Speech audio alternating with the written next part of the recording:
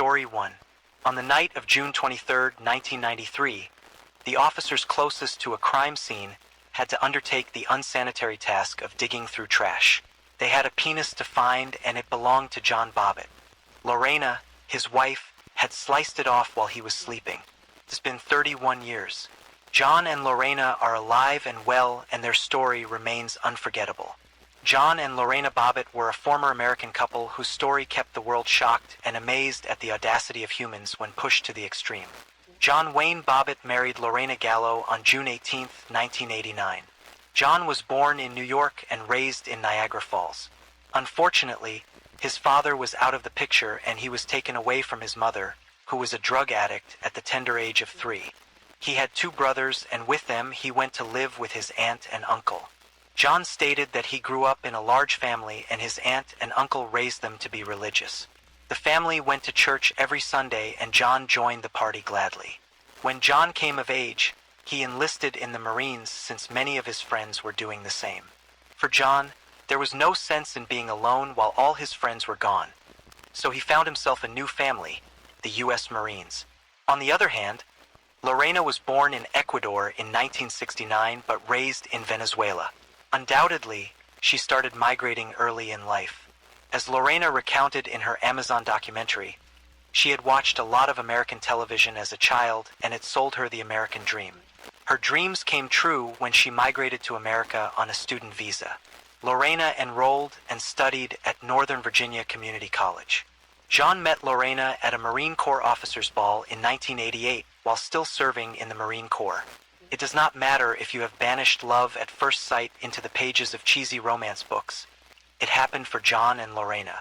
They were attracted to each other and the chemistry was sublime.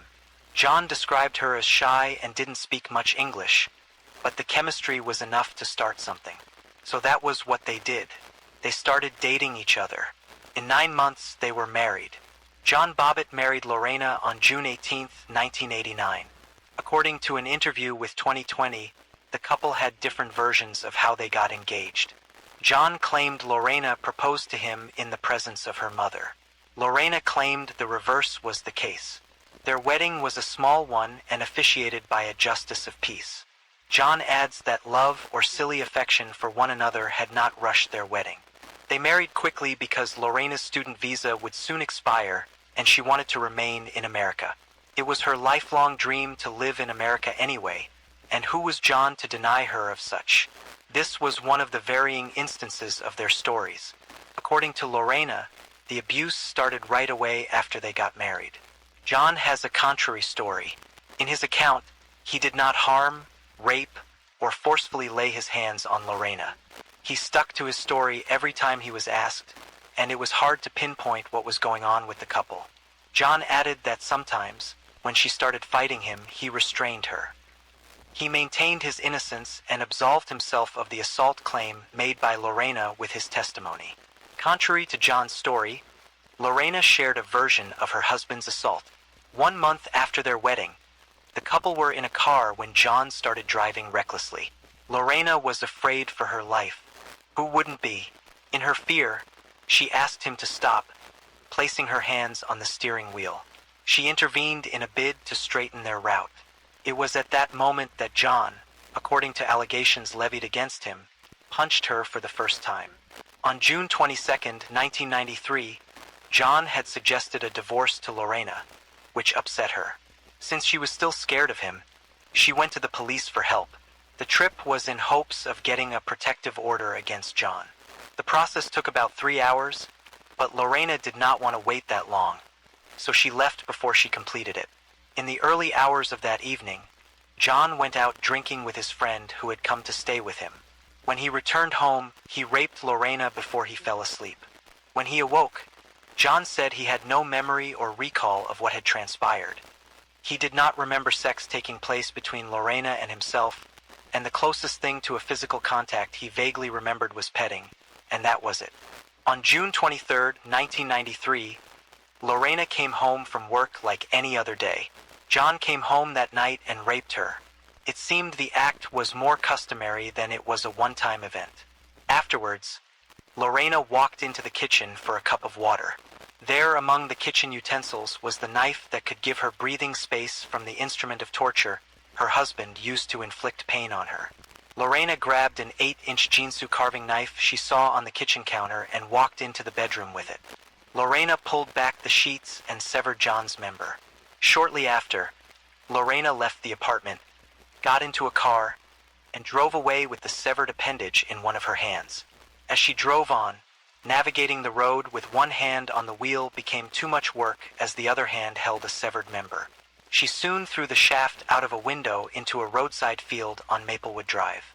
She drove around, not knowing what to do or whom to call. Eventually, she stopped and dialed 911, reporting what had happened and giving directions to where they could find her husband's missing appendage. The officers got there and got to work. After an exhaustive search, they did find John's missing appendage, washed it with antiseptic, and kept it in an icebox. Afterwards, paramedics drove him to a hospital. The surgeons reattached it in a surgical operation that took almost 10 hours.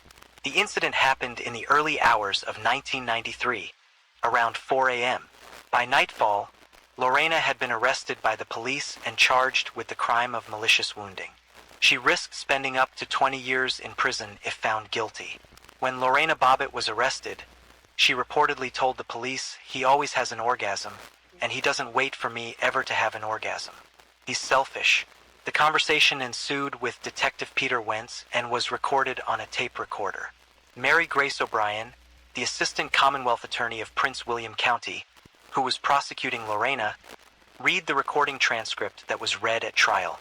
Many things about the couple's relationship came to limelight during the trial. Their home was somewhat volatile and had not been a happy place for Lorena. The Bobbitts revealed details of the event that led to the eventual act. Lorena accused John of abusing her sexually, physically, and emotionally. In addition to that, he flaunted his infidelity in her face and even forced her to abort a pregnancy.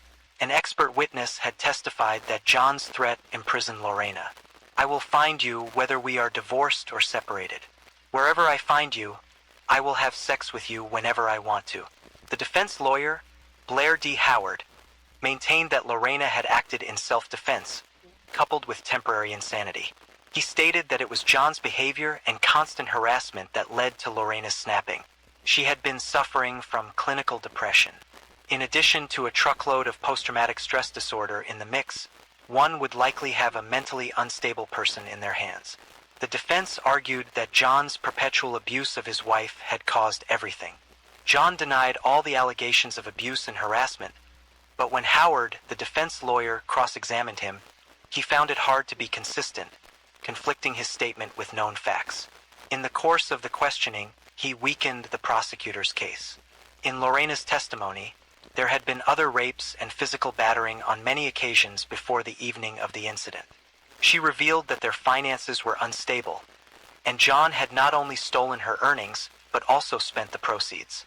Other witnesses corroborated Lorena's stories and claimed they had seen cuts and bruises on her. John's friends came forward to testify that John told them how he controlled her, forcefully had sex with her, and dominated her. The prosecution and the defense attorneys agreed that John definitely had a history of abusing his wife, and the repeated acts built up to the assault over time. The expert witnesses from both ends concluded that Lorena had been constantly battered and abused, and by 1993, she lived in fear of John. Before Lorena's trial, John was on trial from the 8th to the 10th of November 1993. On the 11th of November 1993, a jury of 9 women and 3 men found him not guilty of marital assault. John Bobbitt gave different variations of what happened between midnight of June 22nd and the early morning of June 23, 1993. In one account, he said they had not had sex, and even though Lorena had initiated sex, he was too tired to engage in it. In another account, he claimed that they had had sex, but he had slept through the whole act. The sex was, however, consensual, not a rape. After 7 long hours of deliberation, the jury found Lorena to be the most credible. She was found not guilty by reason of temporary insanity. On the 24th of January 1994, Lorena was admitted into a psychiatric ward for 45 days. It was a 45-day evaluation period at the Central State Hospital in Petersburg. On March 1st, 1994, she was released after being considered not a threat to herself or the society. In 1995, John and Lorena Bobbitt finalized their divorce. A series of events led to what happened between Lorena and John Bobbitt. Not taking them into account might seem like a biased way of reporting what went down. As he was the victim, John Bobbitt's severed penis gained all the attention and the sensation it could get. Not just that, due to what had happened, some feminists frowned on what Lorena had done as they feared it might have far-reaching consequences. But that would be a one-sided story. John was discharged from the Marines in 1991 and no longer had a steady paycheck. Ask anybody and they will agree that losing a credible and steady source of income might slow things down in any family. He had trouble finding or keeping a job. The role of the sole household provider soon fell on Lorena. At this time, Lorena worked as a nanny in the Virginia area and as a manicurist in a beauty salon. Lorena soon developed a close relationship with the woman who owned the salon, Jenna Basutti. In October 1991, Lorena started to embezzle Basutti's money. She stole about $7,000, and when Basutti realized the embezzlement, she ordered Lorena to repay the stolen money with interest. Lorena could keep her job at the salon but looked elsewhere for her newfound hobby of theft. She stole a few dresses from Nordstrom, and when she got caught, she was punished with community service. In the same year, Lorena had an abortion, and they had different stories about what happened again. According to Lorena, she was excited to start a family, but John did not receive the news with the same enthusiasm Lorena exhibited. She adds that John did not think he could care for the baby and suggested leaving Lorena if she kept and had the child. The fear of raising a child alone led Lorena to the choice of an abortion, and she insisted that John was the reason she had it. John's story was different as he recounted that Lorena had agreed that the time was not right for the couple to have a baby. They both decided on the abortion together. After the incident, John remained broke.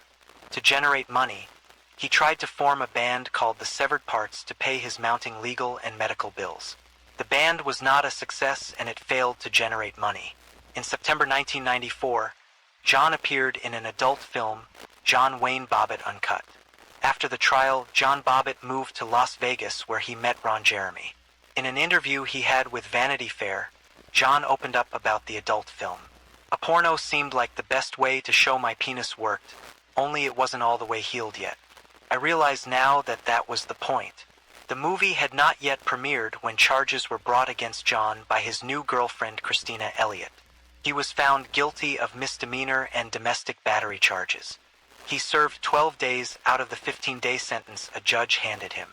John divorced Lorena in 1995, and in 1996 he took another role in an adult film. One would wonder what the endgame was and why his phallus needed to grace screens. He had a reason that was at least reasonable to him. Besides the financial part, John had said yes to an offer from Howard Stern to undergo a reconstructive plastic surgery which would see the penis further enlarged. The second porno was titled Frankenpenis and was released in 1996. In 1999, John had accumulated a lot of legal issues for himself, ranging from assault to battery. He pleaded guilty to a charge of felony with attempted grand larceny after stealing $140,000 worth of clothing in Nevada.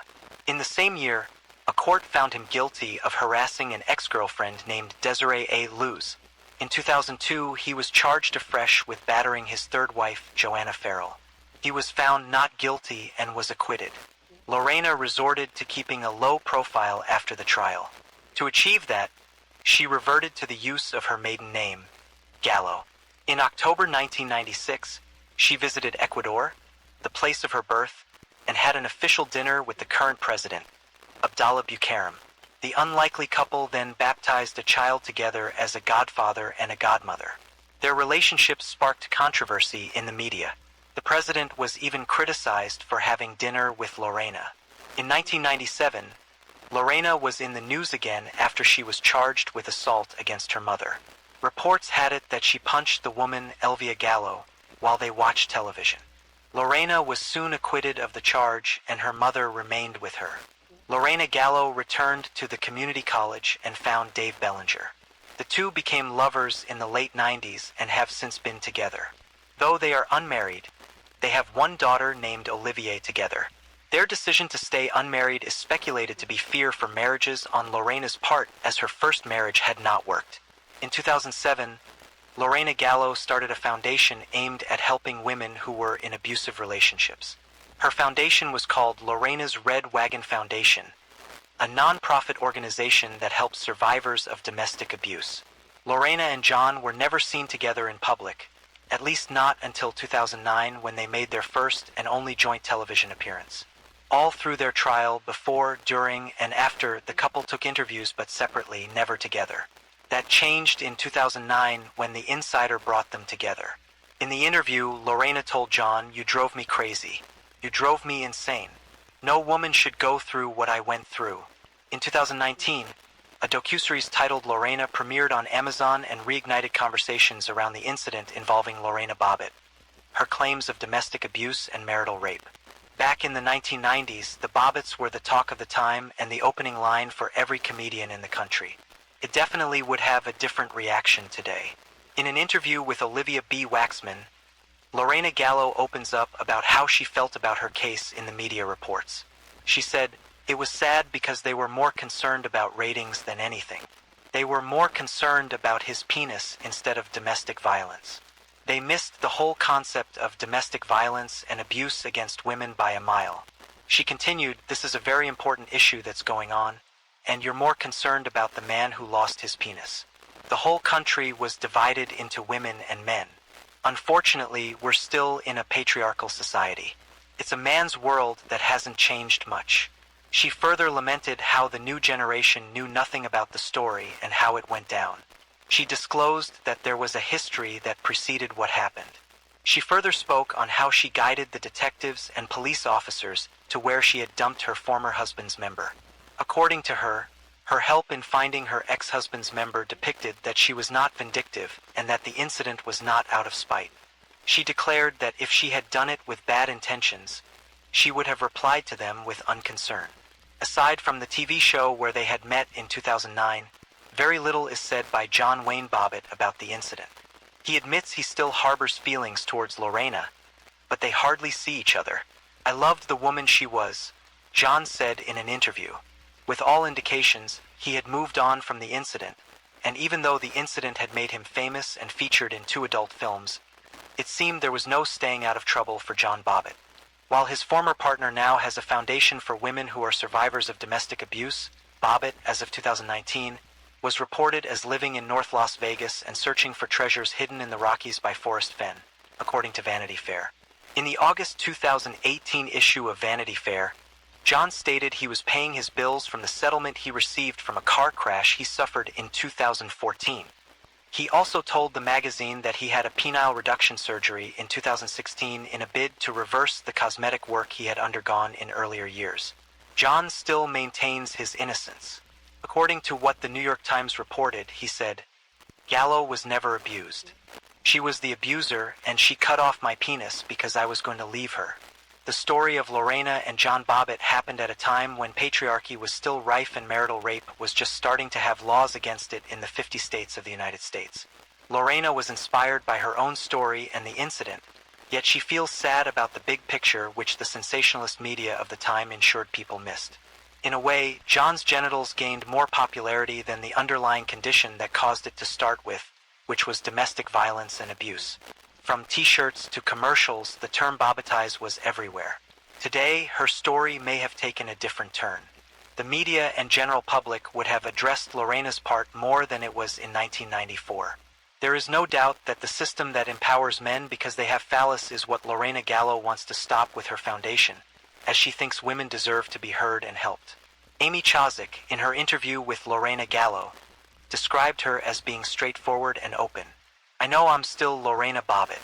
That name, it's significant here," Lorena says as Heather Sten of the New York Times reports. As Lorena drove Amy around in the neighborhood where it all happened, she admired what she had done for herself and how far she had come. She was quoted by Heather Sten saying, "I'll put myself through the jokes and everything as long as I can shine a light on domestic violence and sexual assault and marital rape." She had no time to regret what she had done, the cutting off of her husband's penis. Amy asked her if she had regretted doing that, And her response was, "How can you regret something you didn't mean to do?" Today, a woman like Lorena would have been celebrated for standing up for herself and being a voice for the voiceless. Regardless, in her gentle way, the way she inspires is as graceful. And her war, albeit unintentional, against domestic violence was one she subdued.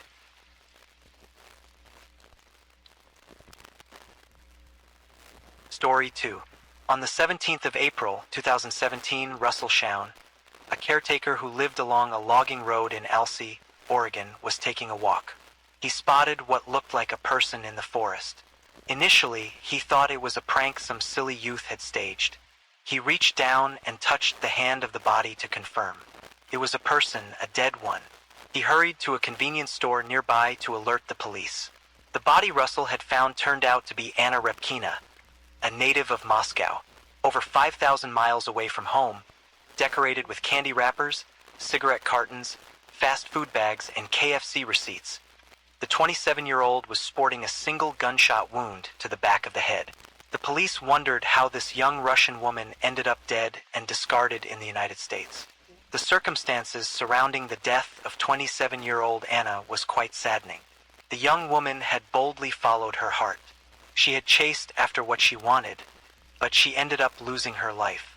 Anna Alexeyevna Repkina was a simple woman from Chelyabinsk, Russia. She came from a good family. Anna was a smart and hardworking woman. She loved traveling. She loved rock music. She loved cats, and she had a few of her own. She loved making memories and taking pictures of them.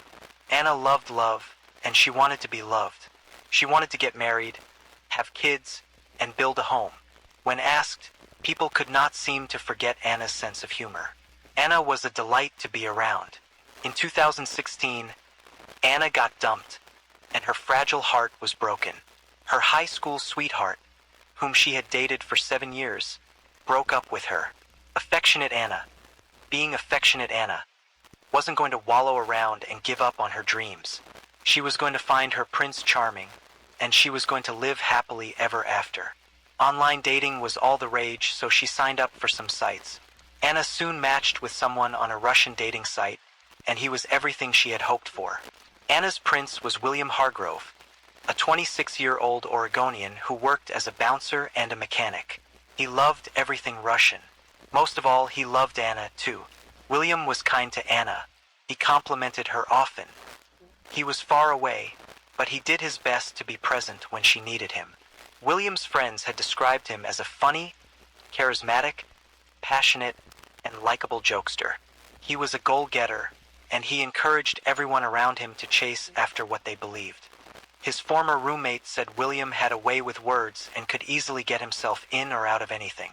They talked every day, and their relationship got quite serious in the few months they had connected online. They seemed like the missing half of each other. They had so much in common. They loved the same type of music. They loved attending live shows. They had a similar sense of humor. They were the perfect fit. According to friends who knew them together, Anna and William were complementary. William was the sweetest. He would constantly send her flowers even though they were continents apart. Soon, they began talking about meeting in person. The chemistry was present via cell phones, but they wanted to confirm it in person. So, in December 2016, Anna and William decided to take their months-old relationship a step further. Anna booked a flight to Oregon. Anna had booked the wrong flight on her first try. She had gotten a ticket for Portland, Maine, but was supposed to book a flight for Portland, Oregon. Anna had already flew to Maine before the mix-up was realized. But the woman wanted to spend the Christmas holidays with her boyfriend, and she did. She fixed her flight issues and landed in Oregon in time. William had picked her up at the airport. Anna and William spent 10 days together. He took her sightseeing.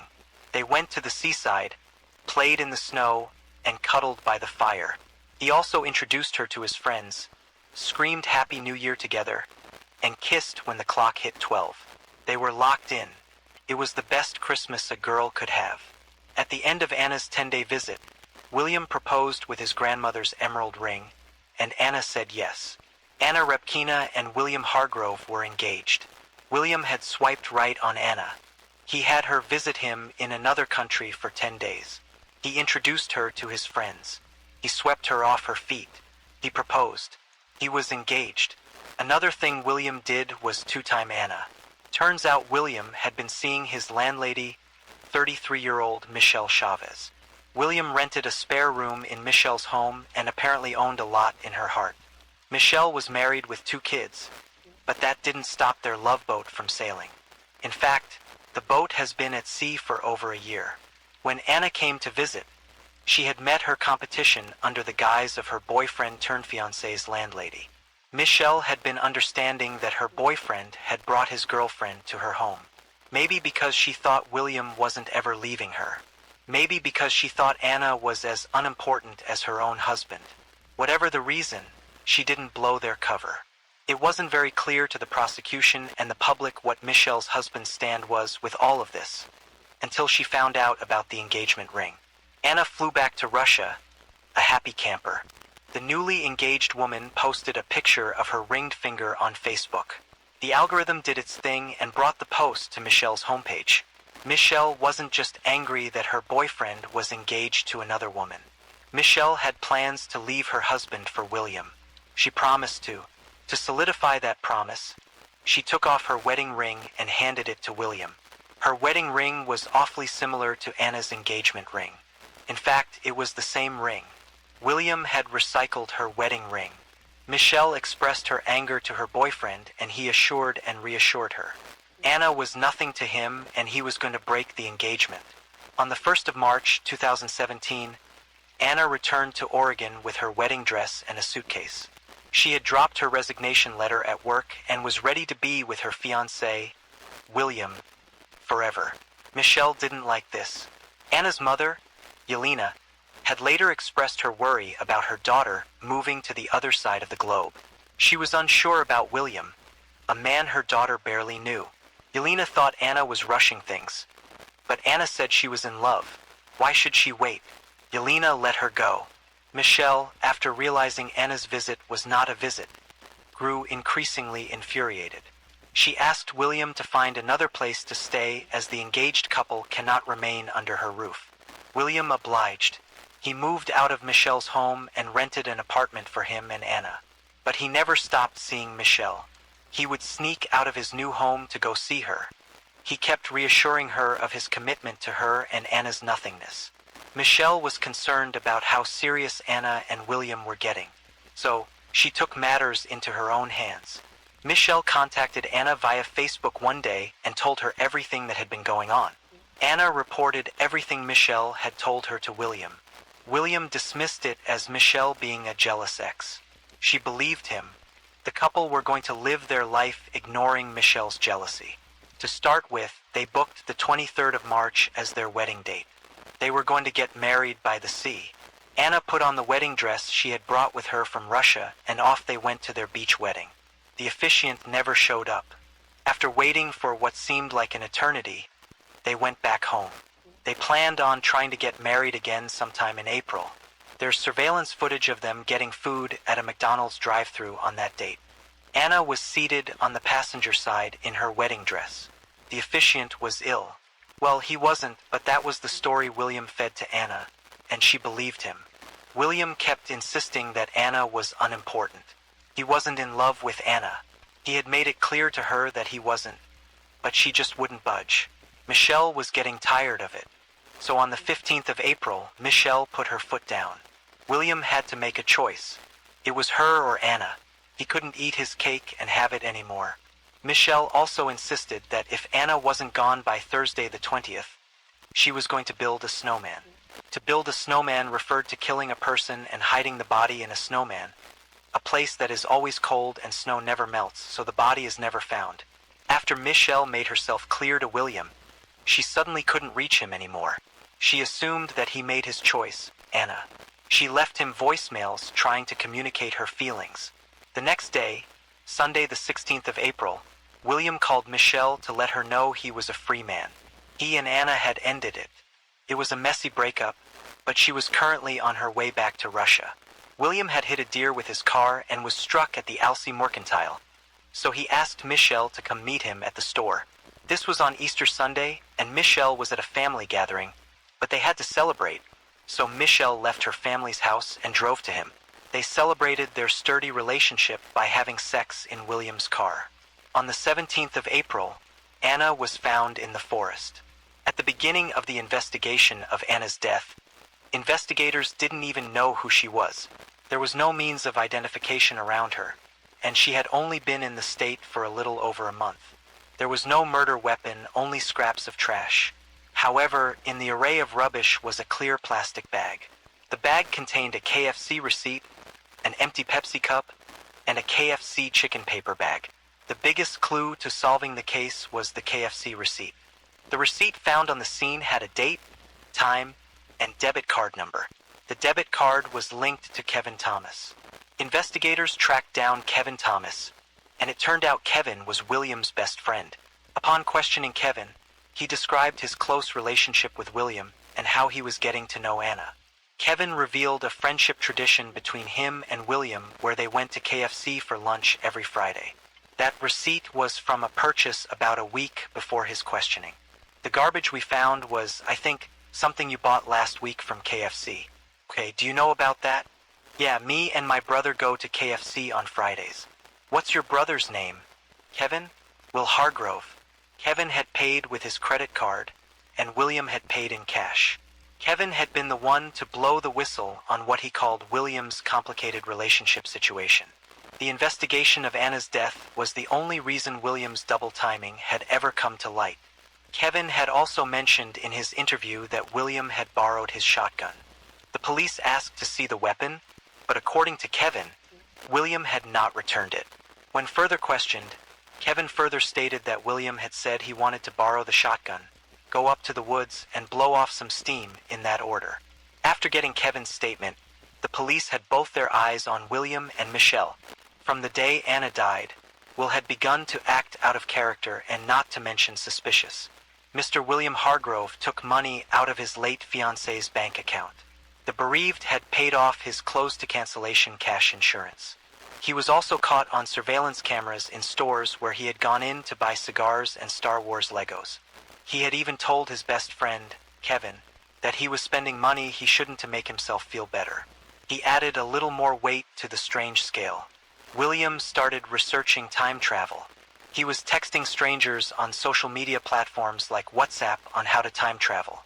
He had even offered his soul in exchange for the opportunity to go back in time. When further questioned by these time travel gurus, William said he wanted to return to April 16th. He said his best friend had made a mistake and he wanted to go back to block the situation. And on the 16th, William was caught crying in the arms of a store employee. He has told the employee that his girlfriend has just left him.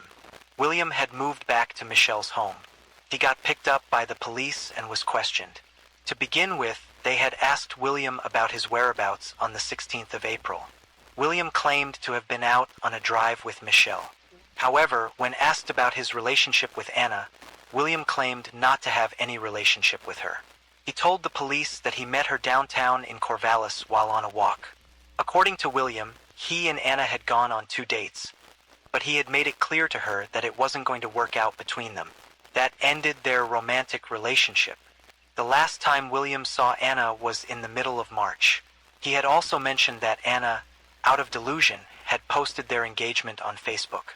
This caught him in a lot of trouble with his true lover, Michelle. Afterwards, they asked him about the trash found next to his late fiancée, or the lady he had gone out on 2 dates with. William admitted to tossing trash out of his car window, but he claimed to have disposed of his KFC trash in a trash can in the Alsea General Store.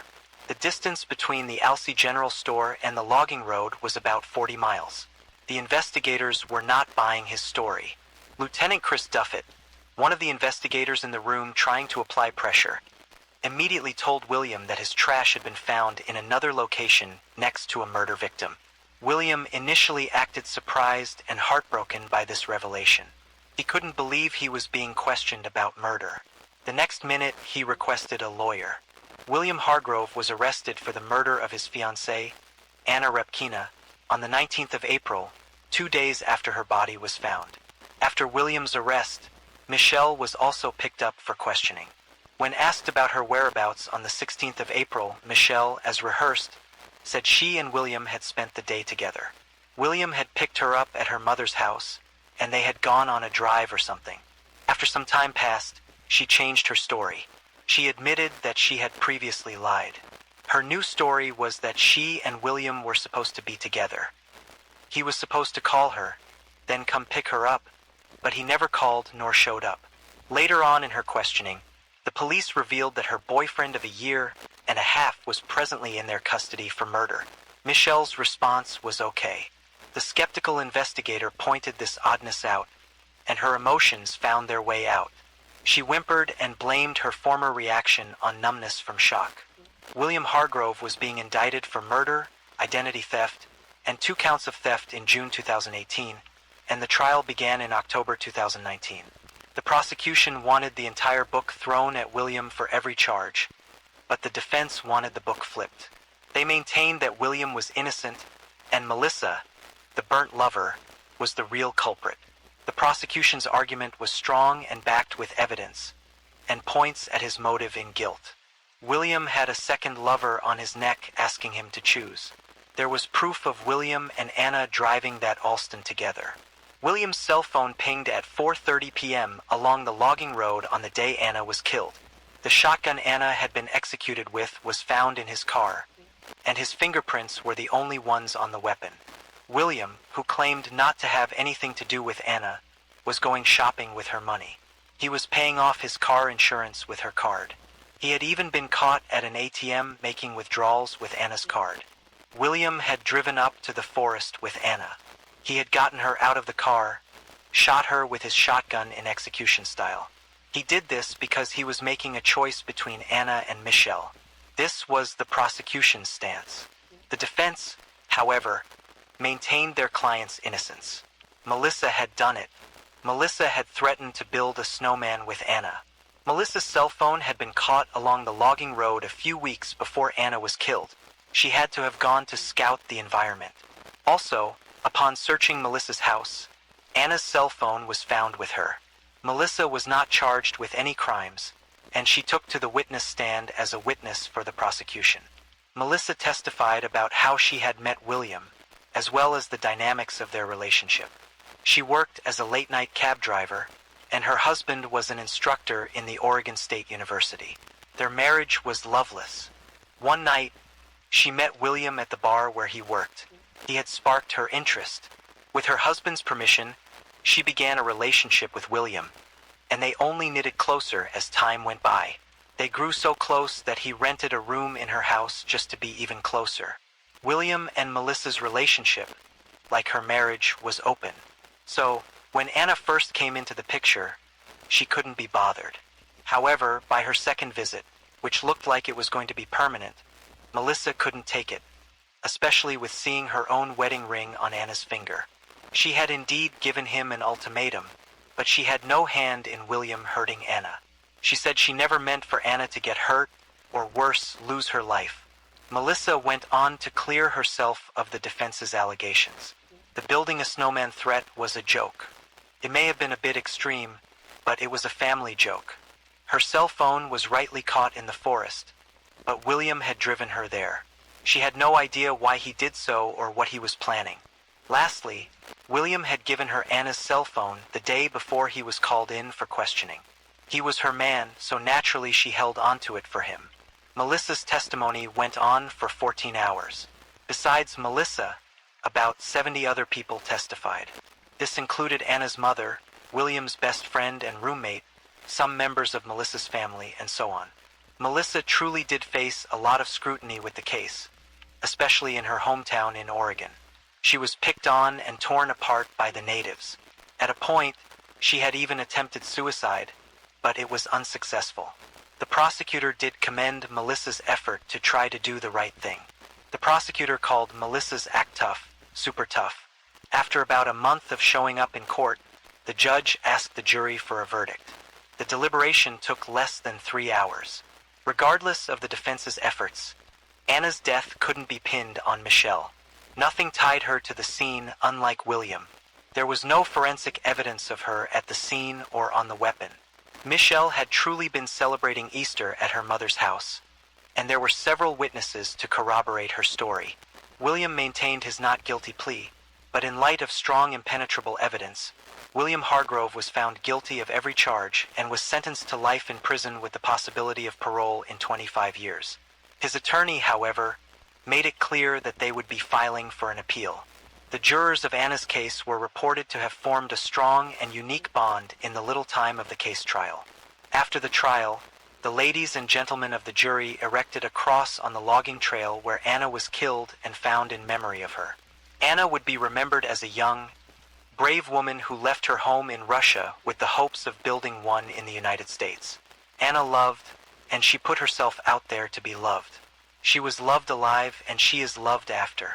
The prosecutor in charge of her case, Amy Matsuko, said,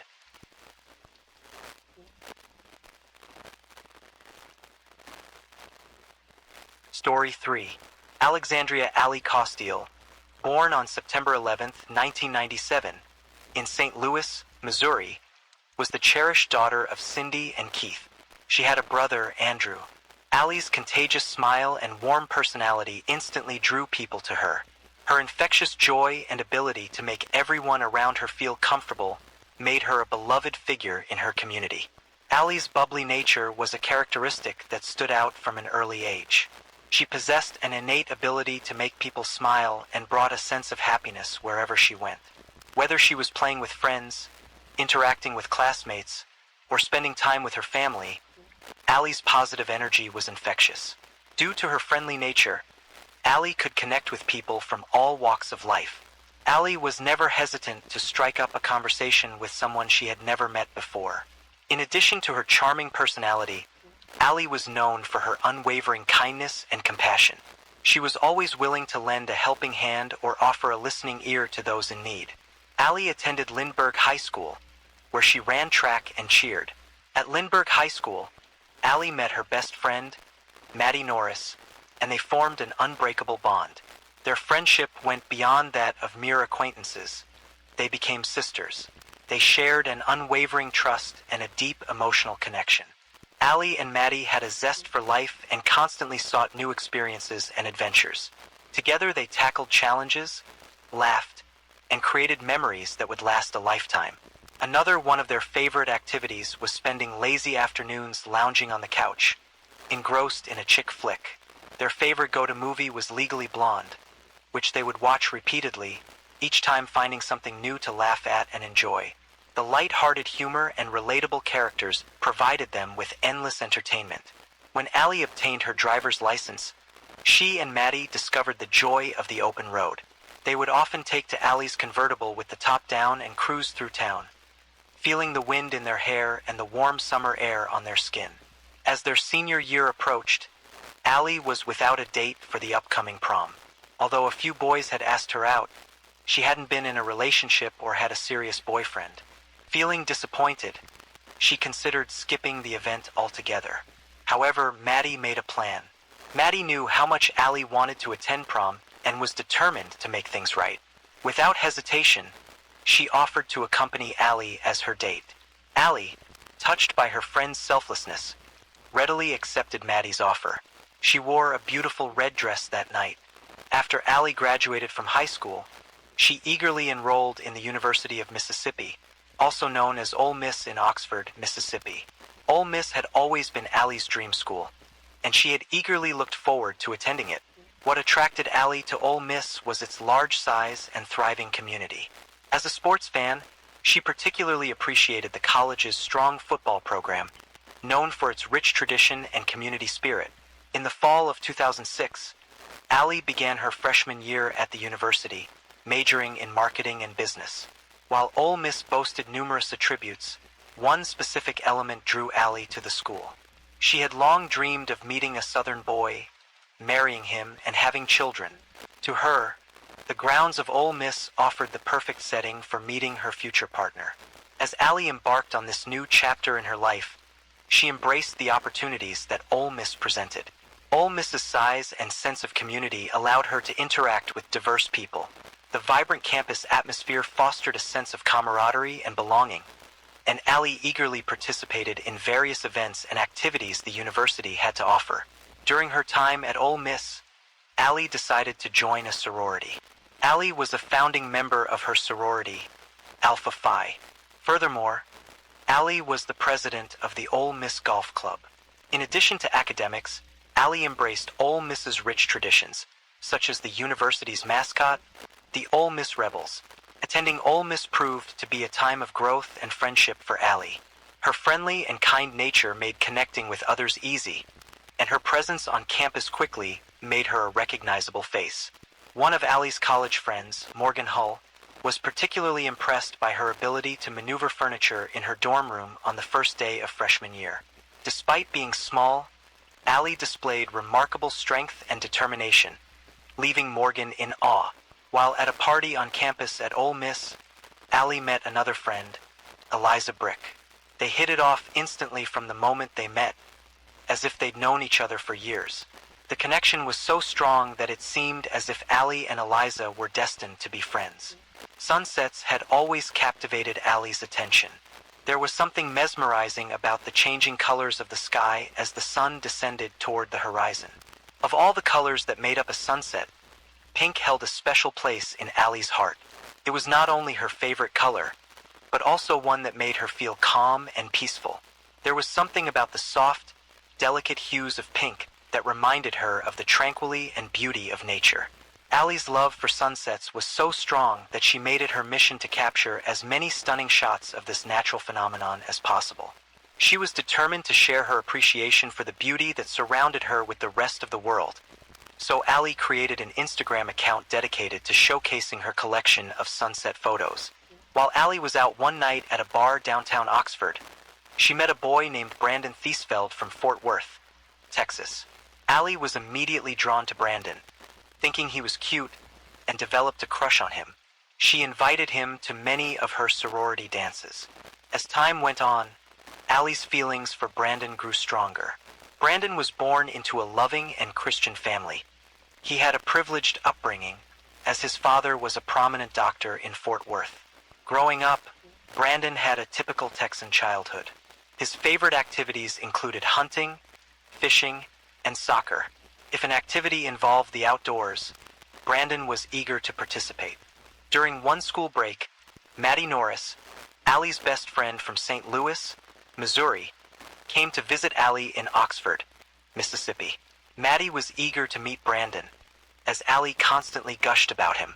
However, Maddie never got the opportunity to meet Brandon during her time in Oxford, since Brandon never reached out or came around. Brandon's behavior deeply hurt Allie, as she trusted that he would make an effort to connect with her and her best friend. Maddie, who witnessed Allie's pain, felt awful for her friend. Although Allie seemed hurt, she remained resilient and determined to make the most of her time at Ole Mississippi. Despite Brandon's actions, Allie was thriving academically and socially during her freshman year. She had made friends and was enjoying her college experience. The summer before Allie's senior year at Ole Miss, in July 2019, was a time of excitement and anticipation for Allie and her parents, Cindy and Keith. As Allie prepared for the final year of her education, her parents decided to visit her in Oxford for a few days. They were eager to see their daughter in her element and get a glimpse of her life at the university. That summer, Allie also taught a fitness class and attended summer school. Upon their arrival, Allie eagerly showed her parents her favorite spots around town. She took them on a personalized tour of her campus, sharing her excitement about the various buildings and landmarks. It was an opportunity for Cindy and Keith to witness their daughter's growth and take pride in her accomplishments. While her parents were staying with Allie one evening, Cindy cooked her daughter's favorite dinner. They enjoyed a special meal together, bonding over delicious food and reminiscing about old times. Because Allie loved everything beachy, she and Cindy drove to a store and purchased beachy home decor items for her apartment. They spent a few hours shopping for items that would add a touch of coastal charm to Allie's living space. From beach-themed decorations to colorful throw pillows, they carefully selected items that reflected Allie's love for the beach. On the day Allie's parents were due to return home to St. Louis, she begged them to stay one more day. She wanted them to experience more of what Oxford had to offer before they left. Despite the initial plan, Cindy and Keith eventually agreed to stay an extra day. On July 19th, the day they were due to return home, Allie's parents called around 7 p.m. Allie answered the phone, groggy from having just woken up from a nap, and explained to her mom that she planned to go out with her friends that evening. Unaware of the conversation's significance, Cindy told Allie she loved her and hung up. Little did she know it would be the last time she would talk to her daughter. Sardis Lake, 30 minutes outside of Oxford, is a vast area known for its hunting camps and recreational spaces. The area is large and is patrolled by the local sheriff's department to ensure security. On June 20th, 2019, an officer was assigned to patrol Sardis Lake in the early morning hours. It was pitch black outside, with an eerie sense of isolation and desolation. As the officer drove around the lake, he noticed something unusual near a picnic table. Upon closer inspection, he realized he had stumbled upon a gruesome sight. Lying lifeless on the floor was the body of a young woman, riddled with at least 9 gunshot wounds. Shocked by what he had found, the officer immediately called for backup. Minutes later, additional officers and medics arrived on the scene. The backup officers noticed a purse in a nearby ditch as they arrived. Intrigued, one of the officers approached it cautiously. Upon opening the bag, the officer discovered a wallet inside. This wallet contained an Ole Miss student ID and a driver's license with the name of Alexandria Costile. After the discovery of Allie's body at Sardis Lake, it was necessary to contact the parents, Cindy and Keith. However, at the time, they were far from their daughter at home in St. Louis. Therefore, they never expected to receive a phone call in the middle of the night informing them that their daughter had been the victim of a homicide. This news was incredibly difficult for Cindy to process. When Allie's friends heard she had been murdered, they were just as shocked as Allie's parents. Allie's absence left a void in their hearts as they remembered the vibrant and full-of-life person she had always been. In response to this tragic news, her friends turned to social media to express their grief and demand for justice. They created a hashtag Justice for Allie, to unite their voices and amplify their demands for justice. Allie's friends wrote about her in their social media posts, sharing fond memories of her and the impact she had on their lives. Through these heartfelt tributes, they aimed to honor Allie's memory and express condolences to her family. After Allie's murder, a recent graduate from Ole Miss, Brashandra Kendricks, a close friend, expressed her sorrow. Brashandra, a recent graduate, worked in student housing at the university. She described Allie as someone with a contagious happiness and a positive outlook.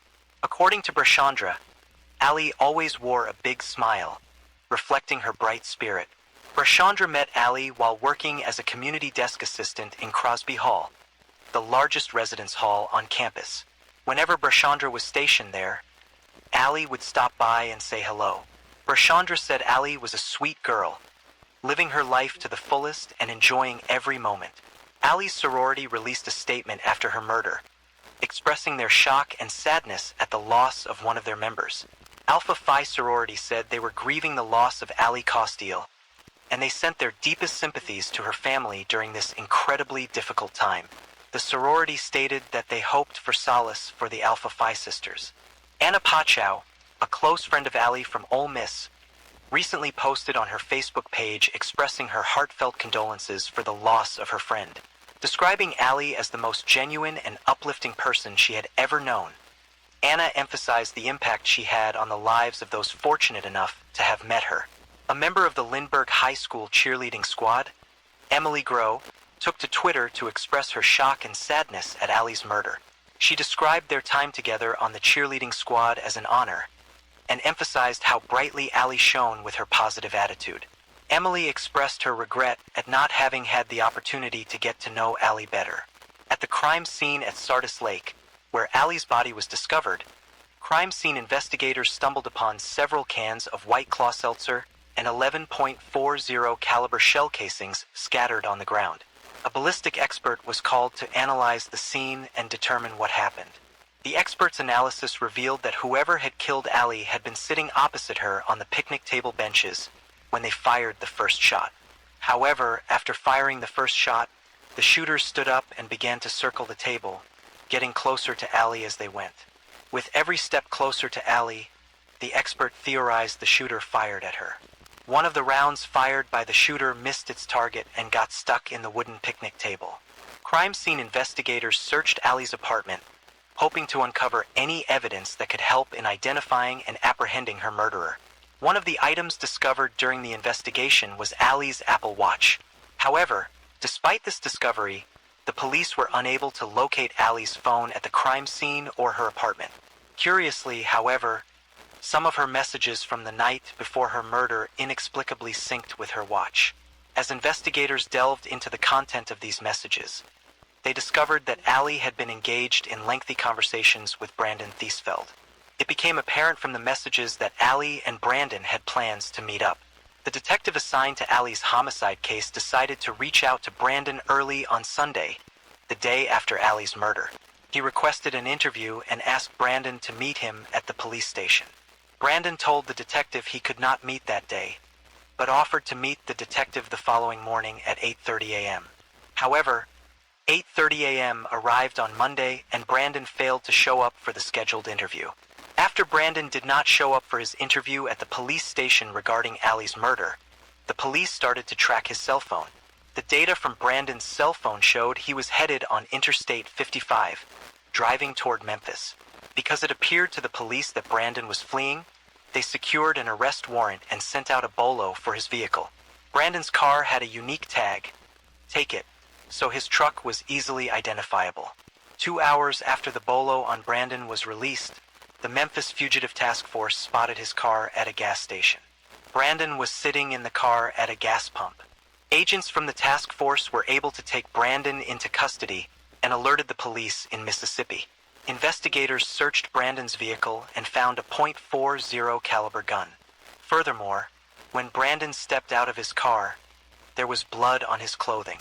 After Brandon was arrested and extradited to Mississippi, detectives began retracing his steps in the days leading up to Allie's murder. On Saturday, July 20th, Brandon stayed with friends and went bowling. However, the following day, Brandon showed up at a friend's house with a six-pack of beer and his .40 caliber gun. The friend told the detectives that he and Brandon stayed up talking for a bit, but on Monday when the friend woke up, Brandon was gone. During the investigation of Brandon, the detectives discovered that he had never engaged in any physical altercations and had no history of violence.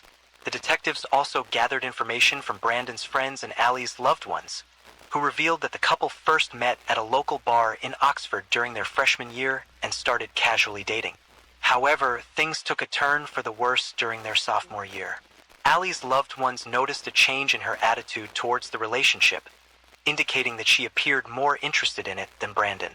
This difference in interest eventually led to friction between the two, with Brandon blocking Allie from contacting him because she would frequently go out and drink and call him. After a year had passed, Brandon and Allie reconnected during the summer before Allie's senior year. They decided to give their relationship another chance and started seeing each other again. In Allie's murder case, Brandon was charged with capital murder and faced the death penalty. The charge of capital murder is the most serious criminal offense that can be filed against a person. These charges were filed based on the state's belief that Brandon kidnapped Allie when he lured her to Sardis Lake. When the news of Brandon's arrest broke, it sent shockwaves through Oxford as the details of Allie's murder were widely reported.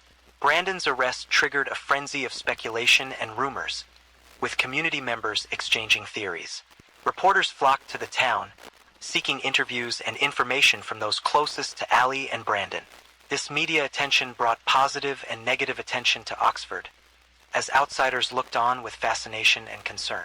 In late September 2019, Brandon pleaded not guilty to the charge of murder. As the detectives continued to build their case against him, they went back to review text messages exchanged between the couple. The detectives discovered from the text messages exchanged between Allie and Brandon that in April 2019, 3 months before her murder, Allie was preparing for the spring semester finals while also grappling with the possibility that she was pregnant. On April 14th, Allie sent Brandon a picture of an inconclusive home pregnancy test. Brandon responded to Allie's message by stating that they would wait and see if she was truly pregnant, but if she was, He made it clear that they were not going to keep the baby and told Allie, "We can get a pill." However, Allie had different thoughts on the matter. She expressed uncertainty over whether she wanted to terminate the pregnancy and mentioned that she could potentially meet a man who would love her and the baby. Despite this, Brandon remained steadfast in his decision, telling Allie that he was serious and that having a child would ruin his life. The detectives stumbled upon CCTV footage of Allie exiting a bar on Oxford Square at approximately 11:45 p.m. on July 18th, roughly an hour later. At around 1:30 a.m., Allie met up with Brandon and he drove them to Sardis Lake. According to Brandon's defense attorneys, Allie and Brandon had been consuming alcohol throughout the day. Brandon's defense attorney alleged that when they arrived at Sardis Lake, they sat at a picnic table and listened to music. However, at some point, Brandon stood up and walked toward his truck, where he did drugs. He walked back to Allie, returned to his car, and retrieved his .40 caliber weapon. According to Brandon's attorney, there was a shooting that took place across the lake. Following the incident, Brandon sat down and engaged in further conversation with Allie. However, things took a sudden turn when he fatally shot her. The attorney argued that Brandon's actions were a result of his being under the influence of drugs and alcohol. However, the detectives and Allie's family had a different perspective on the incident. They believed that Brandon murdered Allie because he had reason to think that she was pregnant and this development would negatively impact his life. To them, the murder was premeditated, cold, and calculated. On August 27, 2021, Brandon accepted a plea deal offered by the state, which removed the death penalty from the table.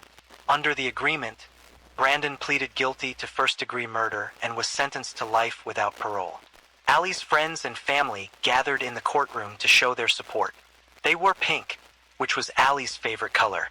After the judge read the sentencing, Brandon addressed Allie's family. He expressed remorse for his actions and sought their forgiveness. Brandon acknowledged that the pain he had caused was immeasurable, but he hoped they could find it in their hearts to forgive him. According to Allie's autopsy report, the conclusion was that Allie was not pregnant at the time of her murder. However, that does not necessarily mean that Allie was never pregnant. Allie's mother, Cindy, holds the belief that Allie was pregnant and lost the baby. Allie's family and friends erected a makeshift memorial at the site of her murder at Sardis Lake, the place where her life was taken. Cindy and Keith, her parents, cling to the memories of their daughter, though the silence still haunts them. Every time Allie's friends witness a pink sunset, their thoughts immediately turn to her. They have dedicated their lives to honoring her memory, striving to bring her light into the world and ensure she will never be forgotten.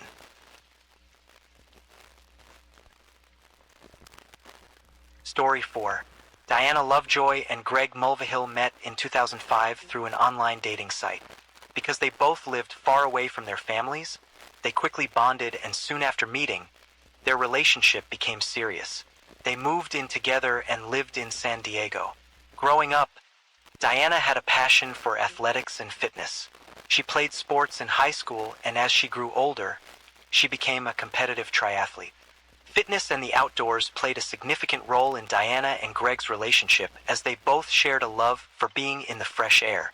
San Diego, California emerged as a major player in the tech industry in the 2000s, and Diana and Greg were among those who took advantage of the abundant job opportunities that arose. Diana and Greg were highly skilled and successful in their respective roles. Those who worked with Diana described her as highly dependable. In 2007, 2 years after Diana and Greg first met, they made the decision to say, "I do," and embark on a new chapter in their lives as newlyweds. Their honeymoon destination of choice was Costa Rica, where they had the opportunity to attend surf school. During the early days of their marriage, Diana and Greg thoroughly enjoyed their time together. They embarked on countless adventures. The newlyweds shared zest for life and embraced every opportunity that came their way. After getting married, Diana and Greg relocated to Carlsbad, a beautiful suburb north of San Diego. This location offered lagoons, hiking trails, hills, and remote spots. Diana was particularly captivated by the area and instantly felt a sense of happily ever after when she moved into her dream home. She loved being surrounded by the picturesque landscapes and tranquil surroundings. Carlsbad provided the perfect setting for Diana and Greg to start their new chapter of life. 3 years after they exchanged vows, things began to change in Diana and Greg's relationship. Diana believed she had fibromyalgia, a chronic condition that affects millions of people worldwide. Fibromyalgia is characterized by widespread pain, tenderness in specific areas throughout the body. While the exact cause of fibromyalgia is not known, there are several factors that may contribute to the development of this condition. The fibromyalgia presented a significant challenge for Diana and Greg's marriage. Diana had always been highly motivated and active, driven by her passion for working and pursuing adventurous endeavors. These limitations imposed by fibromyalgia, such as the need for reduced stress and rest, were difficult for her to come to terms with. This sudden change in her lifestyle posed significant challenges for their dynamic as a couple. In 2011, Greg took Diana on a vacation to Santa Cruz, California to help her relax and get her mind off her illness. Greg was a loving husband who deeply cared for Diana and recognized the burden that fibromyalgia was having on her. The condition had significantly impacted Diana's well-being, leaving her with constant muscle pain and fatigue that severely limited her energy. As a result, she faced challenges in maintaining her job. The ongoing struggle with her health eventually compelled Diana to step away from her career. This decision allowed her to dedicate more time and energy to managing her fibromyalgia symptoms.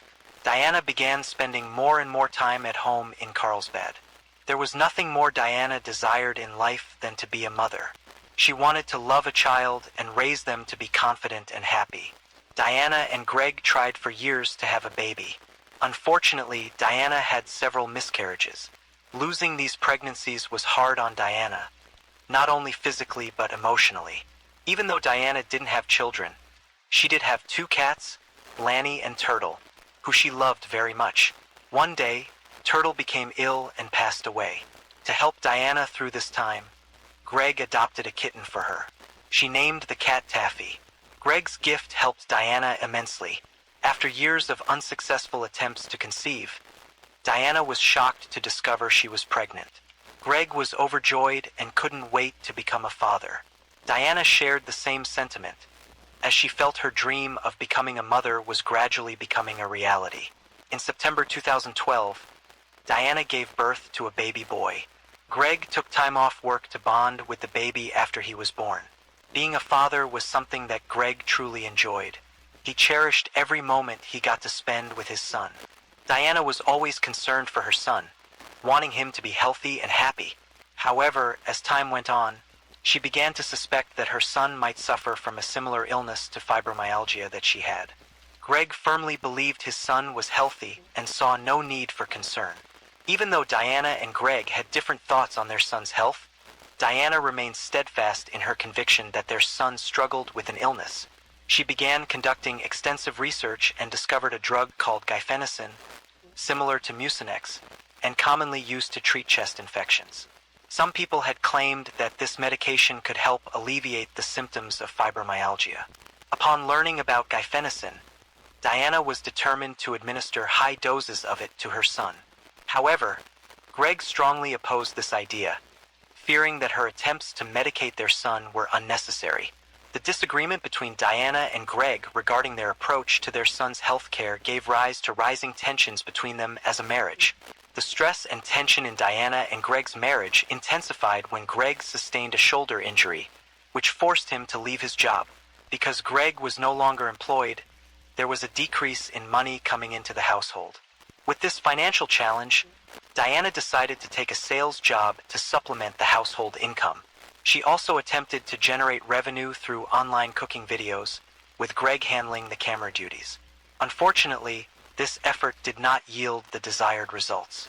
Additionally, Diana participated in promotional videos featuring kitty litter, but this also failed to provide a significant financial boost.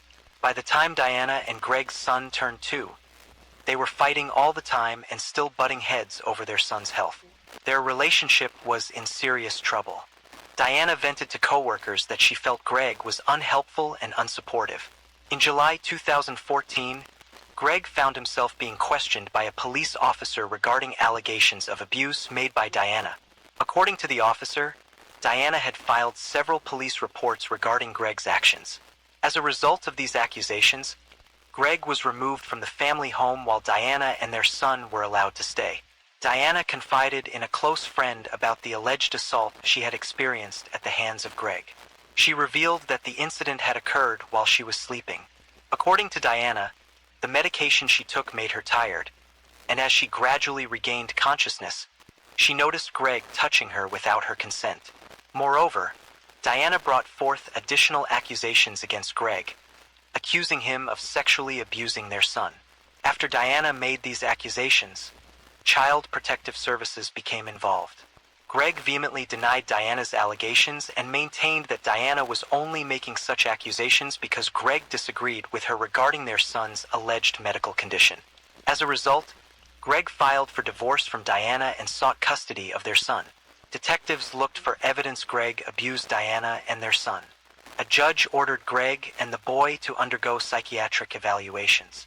Diana confided in friends about her frustrations because she said it was Greg's word against hers.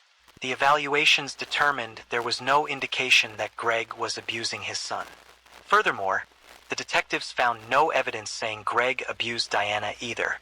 After the case was dropped and the allegations against Greg were cleared, he was given 50-50 custody of his son, which deeply upset Diana.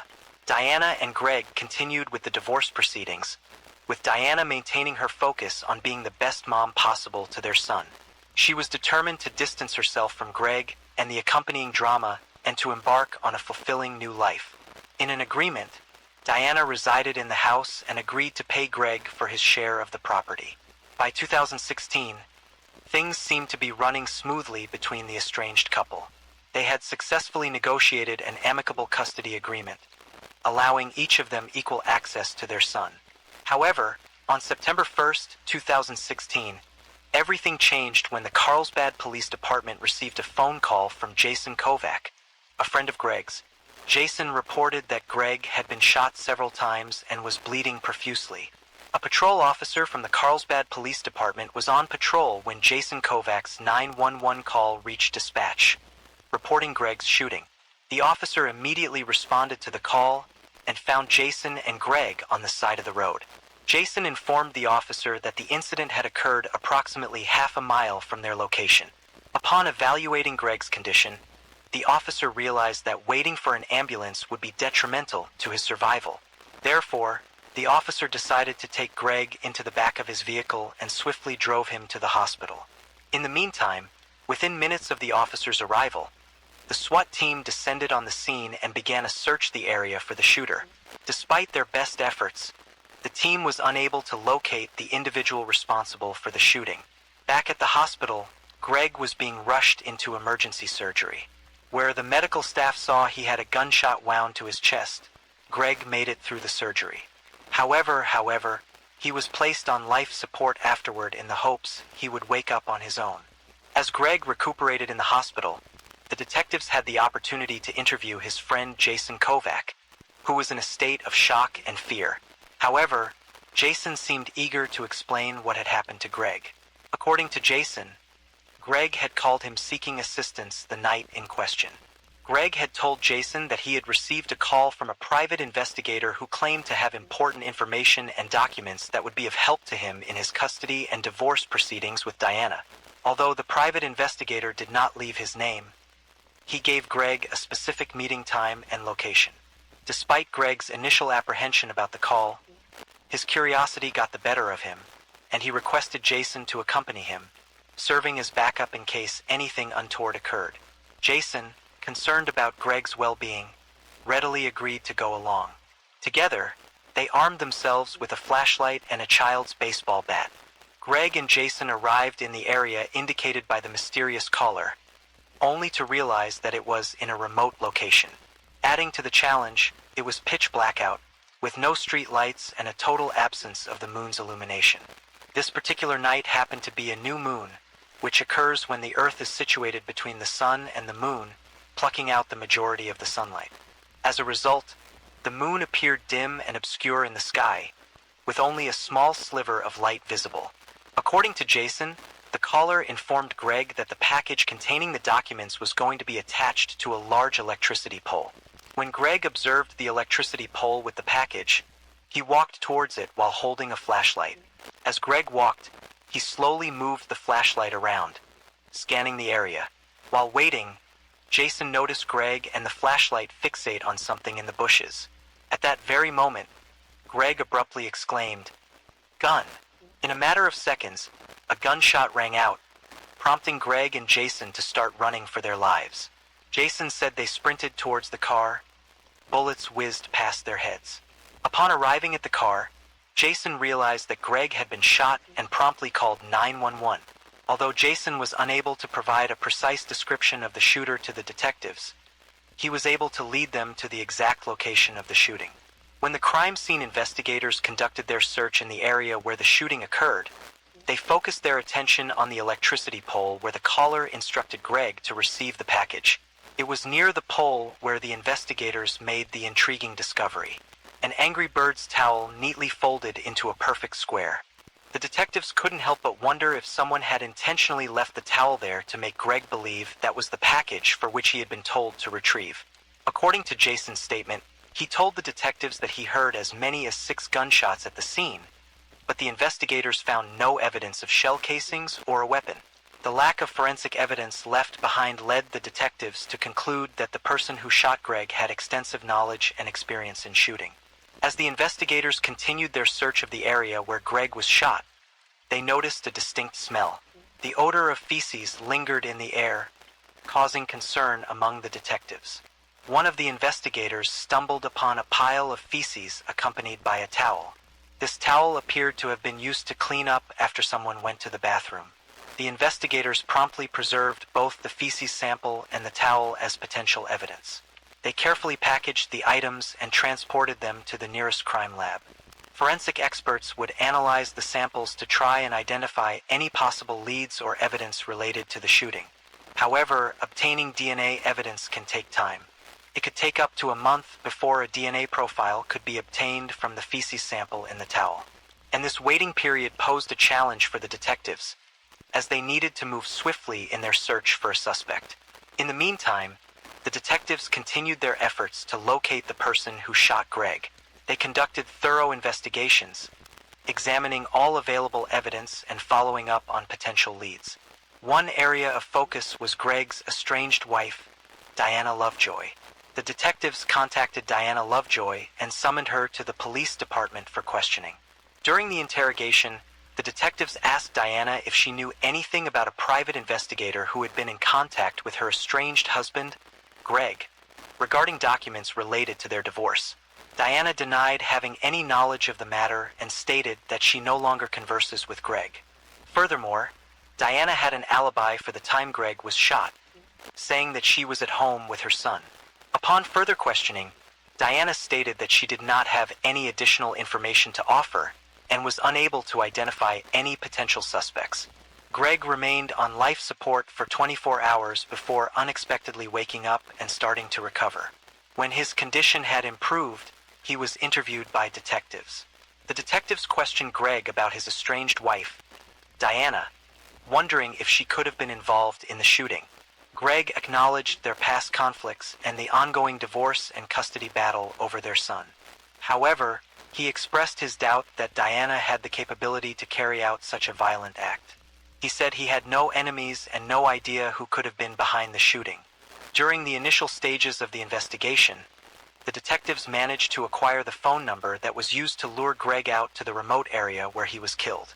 Upon closer examination, they discovered that the phone utilized a pay-as-you-go plan, revealing that it belonged to no one. However, the detectives were successful in acquiring information from the carrier, which showed that the cell phone was purchased at best by near Carlsbad. One of the detectives promptly contacted the manager of that particular Best Buy and inquired whether they could provide details regarding the time that was purchased. Additionally, the detective asked about obtaining video footage of the person who bought the item. After spending hours sifting through hours of footage, the manager managed to find the parts that aligned with the time frame of the cell phone purchase. The manager then sent the footage to the detectives. As the detectives watched the video, they found the image to be grainy, but they were able to discern Diana Lovejoy, Greg's estranged wife, in the footage.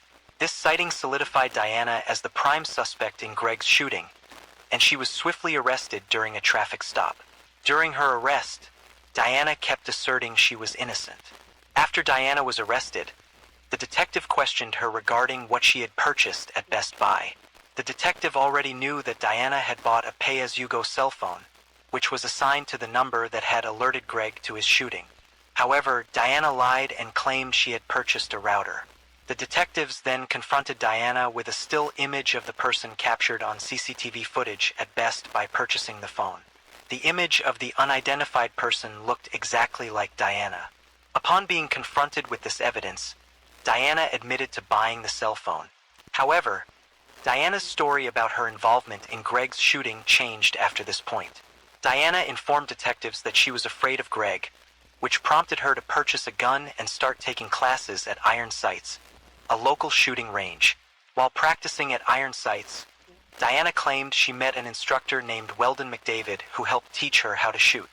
Weldon was an ex-Marine, weapons expert, and host of firearm training videos. According to Diana, she had confided in Weldon about her divorce from Greg and the custody battle. As their friendship blossomed, their relationship became romantic and intimate. As Diana continued speaking with the detective, she revealed that she and Weldon had devised a plan to scare Greg to end his harassment. Diana explained that Weldon had instructed her to purchase a specific phone, which they later used to lure Greg into a remote location. According to Diana, Weldon's role in this plan was merely to threaten Greg, not resort to violence. Diana admitted to driving Weldon to the site and picking him up. However, when she heard approaching police sirens in the distance, she inquired about the situation. It was then that Weldon disclosed to her that he had to shoot Greg in self-defense, as Greg had allegedly made aggressive moves toward him. She denied any involvement in the shooting and asserted that she had never asked Greg to take any violent action against her. Following Diana's admission to her involvement in what happened to Greg, she was charged with conspiracy to commit murder and attempted murder. Fortunately, Greg made a swift recovery from the gunshot wound to his chest and was released from the hospital shortly thereafter. However, despite the good news, word of Diana's involvement as Greg's estranged wife spread, leaving people horrified. Weldon McDavid was tracked down by the police and brought into the police station for questioning. During the detective's interview with Weldon, they inquired about his connection with Diana and where he was on the night Greg was shot. According to Weldon, on the night of the shooting, he was at home, approximately 30 minutes away from Carlsbad. During the interview, the detectives informed Weldon that they wanted to acquire a sample of his DNA. Upon being asked, Weldon began to appear nervous. Recognizing that they were onto something, the detectives asked Weldon if there would be any reason for his DNA to be at the crime scene. At that point, Weldon feigned surprise and claimed he had just remembered something. Weldon informed the detectives that on the night before Greg was shot, he had embarked on a run after eating Mexican food for dinner. He stated that the food had bothered his stomach, leading him to stop and use the bathroom on a dirt road. The detectives obtained a search warrant for Weldon McDavid's house and searched, focusing on the garage and any hidden areas. Their efforts paid off when they discovered a suspicious object in the rafters. Upon closer examination, it was found to be a rifle, complete with a live round and 6 spent shell casings. These shell casings matched Jason Kovac's account of hearing 6 gunshots. Weldon was then arrested on charges of attempted murder and conspiracy to commit murder. After the detectives conducted a search of Weldon's residence, they obtained a search warrant to search Diana Lovejoy's house. While examining Diana's computer, the detectives came across a peculiar search history. Diana had conducted searches for the term new moon, which piqued their interest. Upon closer examination, the detectives realized that September 1st, the night when Greg was shot, coincided with a new moon. This discovery was particularly significant as there was minimal ambient light during new moons.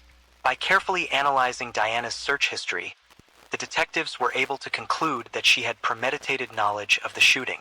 Her interest in new moons suggested her intention to utilize the absence of ambient light to facilitate her husband's murder. The detectives' findings solidified their belief that Diana had played a significant role in orchestrating the shooting. During the investigation, the detectives discovered that Diana had a motive to kill Greg. They found that the divorce settlements required Diana to pay Greg a sum of $120,000 for the house. Diana may have realized that she could not make the payment in time. Consequently, she may have reasoned that eliminating Greg would be easier than settling the debt. Diana Lovejoy and Weldon McDavid's trial began in October 2017. Weldon took the stand and claimed that he never intended to shoot Greg. He asserted that his intention was solely to scare him. However, Weldon stated that the situation took a turn when he heard either Greg or Jason shout, "I got a gun." According to Weldon, he was a skilled marksman, and if he wanted to kill Greg, he would have. However, the state presented an alternative theory to the court. They contended that Weldon's failure to shoot and kill Greg was because Greg had shown a flashlight in his eyes, disorienting Weldon.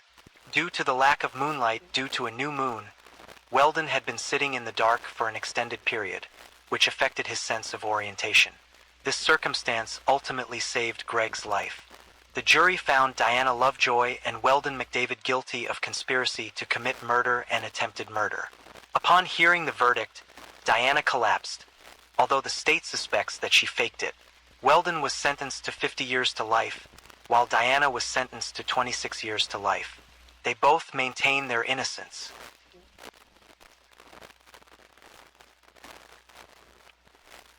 Story 5.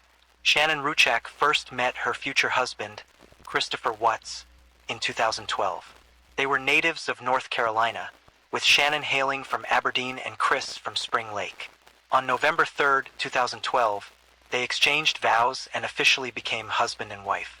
Not everyone was happy to see Shannon and Chris get married. Chris' parents, Cindy and Ronnie Watts, did not attend the wedding. Cindy later said she did not go because she and Shannon did not get along. She did not like the way Shannon treated her son. 1 year after their nuptials, Shannon and Chris made a significant life decision when they decided to purchase a new home together in the picturesque town of Frederick, Colorado. This move marked the beginning of a new chapter in their lives, as they embarked on a journey as husband and wife in their new home. After relocating to Colorado, Shannon and Chris Watts eagerly anticipated starting their family. On December 17, 2013, their dream became a reality with the birth of their daughter, Bella Marie. 2 years later, on July 17, 2015, the couple welcomed their second daughter, Celeste Catherine, lovingly referred to as Cece. Shannon was diagnosed with lupus at a young age. Lupus is a chronic autoimmune disease that affects various parts of the body. It's caused by the immune system mistakenly attacking healthy cells and tissues. In lupus, the immune system produces autoantibodies that target and destroy healthy cells by mistake, leading to inflammation and tissue damage. This diagnosis came with the unfortunate news that it could be challenging for her to conceive and have children. The news devastated Shannon, as she had always dreamt of becoming a mother. However, against all odds, Shannon experienced the incredible joy of becoming a mother not once, but twice. Everyone who knew Shannon described her as a ball of love and compassion. She seemed too good to be true, radiating kindness and positivity. Shannon possessed a strong drive and was determined to create the best life for herself and her family. Her vibrant personality and warm nature effortlessly captivated those around her. Every morning, Shannon would reach out to her friends with a heartfelt text message that read, "Good morning, beautiful." This simple gesture always left them feeling cherished and uplifted. However, as great as Shannon was as a friend, she was an even better mother. Her love for her two daughters, Bella and Cece, was immeasurable. Shannon cherished nothing in the world more than being a mother. She was dedicated and committed to nurturing and supporting her children in every way possible.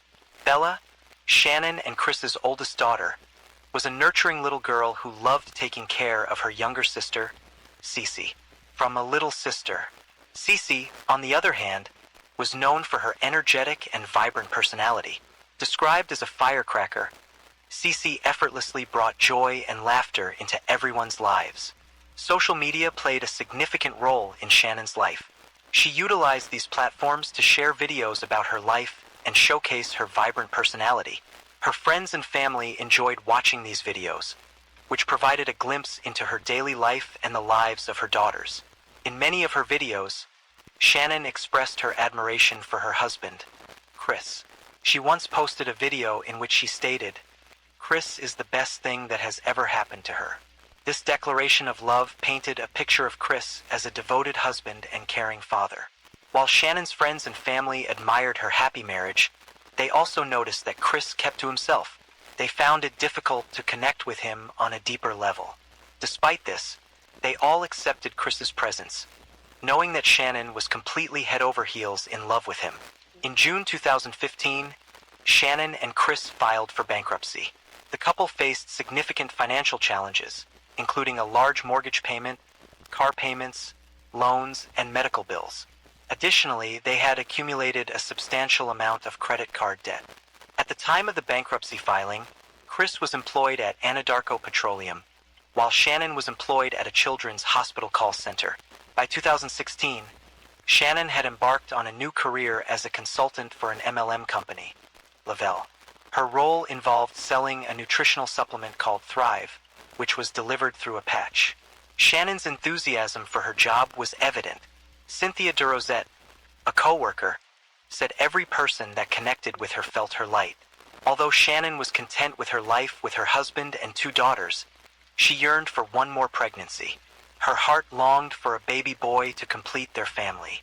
In spring 2018, Shannon received an unexpected yet delightful surprise when she discovered she was pregnant for the 3rd time. The news filled her with excitement and anticipation. Wanting to capture her husband's reaction, Shannon devised a plan. She decided to surprise Chris by telling him the exciting news on May 28th. As she awaited his arrival, Shannon dressed in a shirt that displayed the words, "Whoops, we did it again," a humorous play on Britney Spears' hit song, "Oops, I Did It Again."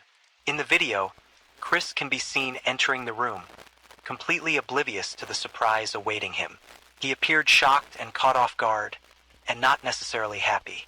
After further testing, Shannon discovered she was having a baby boy. Shannon and Chris were overwhelmed with joy. They decided to name their little bundle of joy, Nico.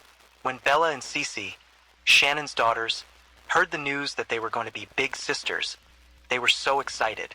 During the summer of 2018, pregnant with Nico, Shannon traveled to North Carolina to spend time with her family. Chris, on the other hand, stayed behind in Colorado for work. While in North Carolina, Shannon decided to take her daughters, Bella and Cece, to visit Chris's parents, Cindy and Ronnie. Despite not getting along with her in-laws, Shannon agreed to proceed with the trip for the sake of her daughters. On the day of the visit, Cindy prepared a snack for Cece, even though Shannon had told Cindy that Cece suffered from a nut allergy. However, despite this knowledge, Cindy served her granddaughter a snack that contained peanuts. This incident deeply troubled Shannon, as she felt that Cindy had put Cece's life at risk. In a text message to Chris, Shannon expressed her frustration and disappointment. She wrote, "You should call your dad and tell him you did not appreciate your mom putting your daughter at risk today. She's evil and willing to risk your daughter's life just to get under my skin. You and your dad are no different if you are okay with her behavior. There's nothing wrong with me and I'm not crazy. I just love my kids way too much." While Shannon was in North Carolina visiting family, she observed that Chris's communication with her had shifted strangely. Chris stopped responding to her messages and calls, leaving Shannon puzzled. When she inquired about the matter, Chris shared that he had taken on additional responsibilities at work due to the arrival of new employees. However, he insisted that the situation was not cause for concern. On July 31st, Chris flew from Colorado to North Carolina to spend the week with Shannon and their 2 daughters, Bella and Cece. The entire family was eagerly anticipating his arrival. As Chris stepped off the airplane, Bella and Cece rushed toward him, their excitement palpable. Chris scooped them up in his arms and embraced them tightly. However, his interaction with Shannon was noticeably different. Instead of greeting her with a kiss, he nodded in acknowledgement. Taken aback by Chris's behavior, Shannon felt deeply hurt. Unable to contain her emotions, she texted one of her friends, expressing her growing concern. Shannon confided that she felt as if Chris had somehow changed, and she barely recognized the person she had married. Her words were filled with a mixture of sadness and confusion. Shannon texted her friend, stating that Chris, her husband, refused to talk to her even though they were physically present in the same room. Instead of engaging in direct conversation, Shannon and Chris exchanged messages through their phones. She even shared a picture with her friend depicting her and Chris sitting on separate couches facing in opposite directions. In these text messages, Shannon expressed her concern that Chris might be seeing another woman, which shocked her friend. The friend adamantly denied this possibility. They reassured Shannon that Chris loved her too much to engage in such behavior. Shannon sent a text message to one friend and poured out her heart. She revealed that Chris had confessed to her that he no longer believed they were compatible. This revelation came as a shock to Shannon, who had always felt that their love was strong. To make matters worse, Chris had told Shannon that he had hoped that getting her pregnant would somehow change his feelings. However, this did not prove to be the case, and Shannon was heartbroken to hear this. She had always cherished their relationship and believed their love could withstand challenges. Determined to save her family, Shannon suggested to Chris that they attend couples counseling. She knew their relationship was in trouble and believed professional guidance could help them navigate their difficulties. However, Chris flatly refused. Shannon was willing to make compromises and do whatever it took to save their relationship. However, she quickly realized that Chris was unwilling to reciprocate. Despite her best efforts, Shannon realized that there was simply nothing Chris wanted or was willing to compromise on. After returning home to Colorado from a trip to North Carolina, Shannon, Chris, and their daughters settled back into their usual routine. However, Shannon's stay was not prolonged, as she soon found herself embarking on another journey to Arizona for a business trip. During her stay in Arizona, Shannon's friends noticed a shift in her demeanor. Instead of her usual cheerful disposition, she seemed confused and distressed. One evening, while staying in their hotel room, Shannon divulged her concerns to her friends. She revealed that Chris had expressed his doubts regarding their compatibility and refused to consider going to couples counseling. On August 11th, as Shannon was with her friends in Arizona, a notification appeared on her phone, indicating a charge for a restaurant that had been made on her and Chris' account. While this in itself was not unusual, the amount charged raised concern. Shannon couldn't help but wonder why the bill was so high.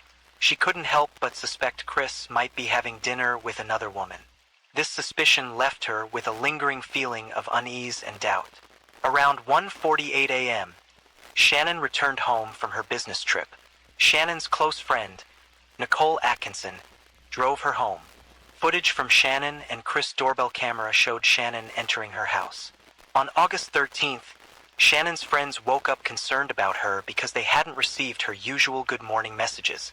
They knew that she had an important appointment at the OBGYN scheduled for 9:30 a.m., and they knew that Shannon would never miss that.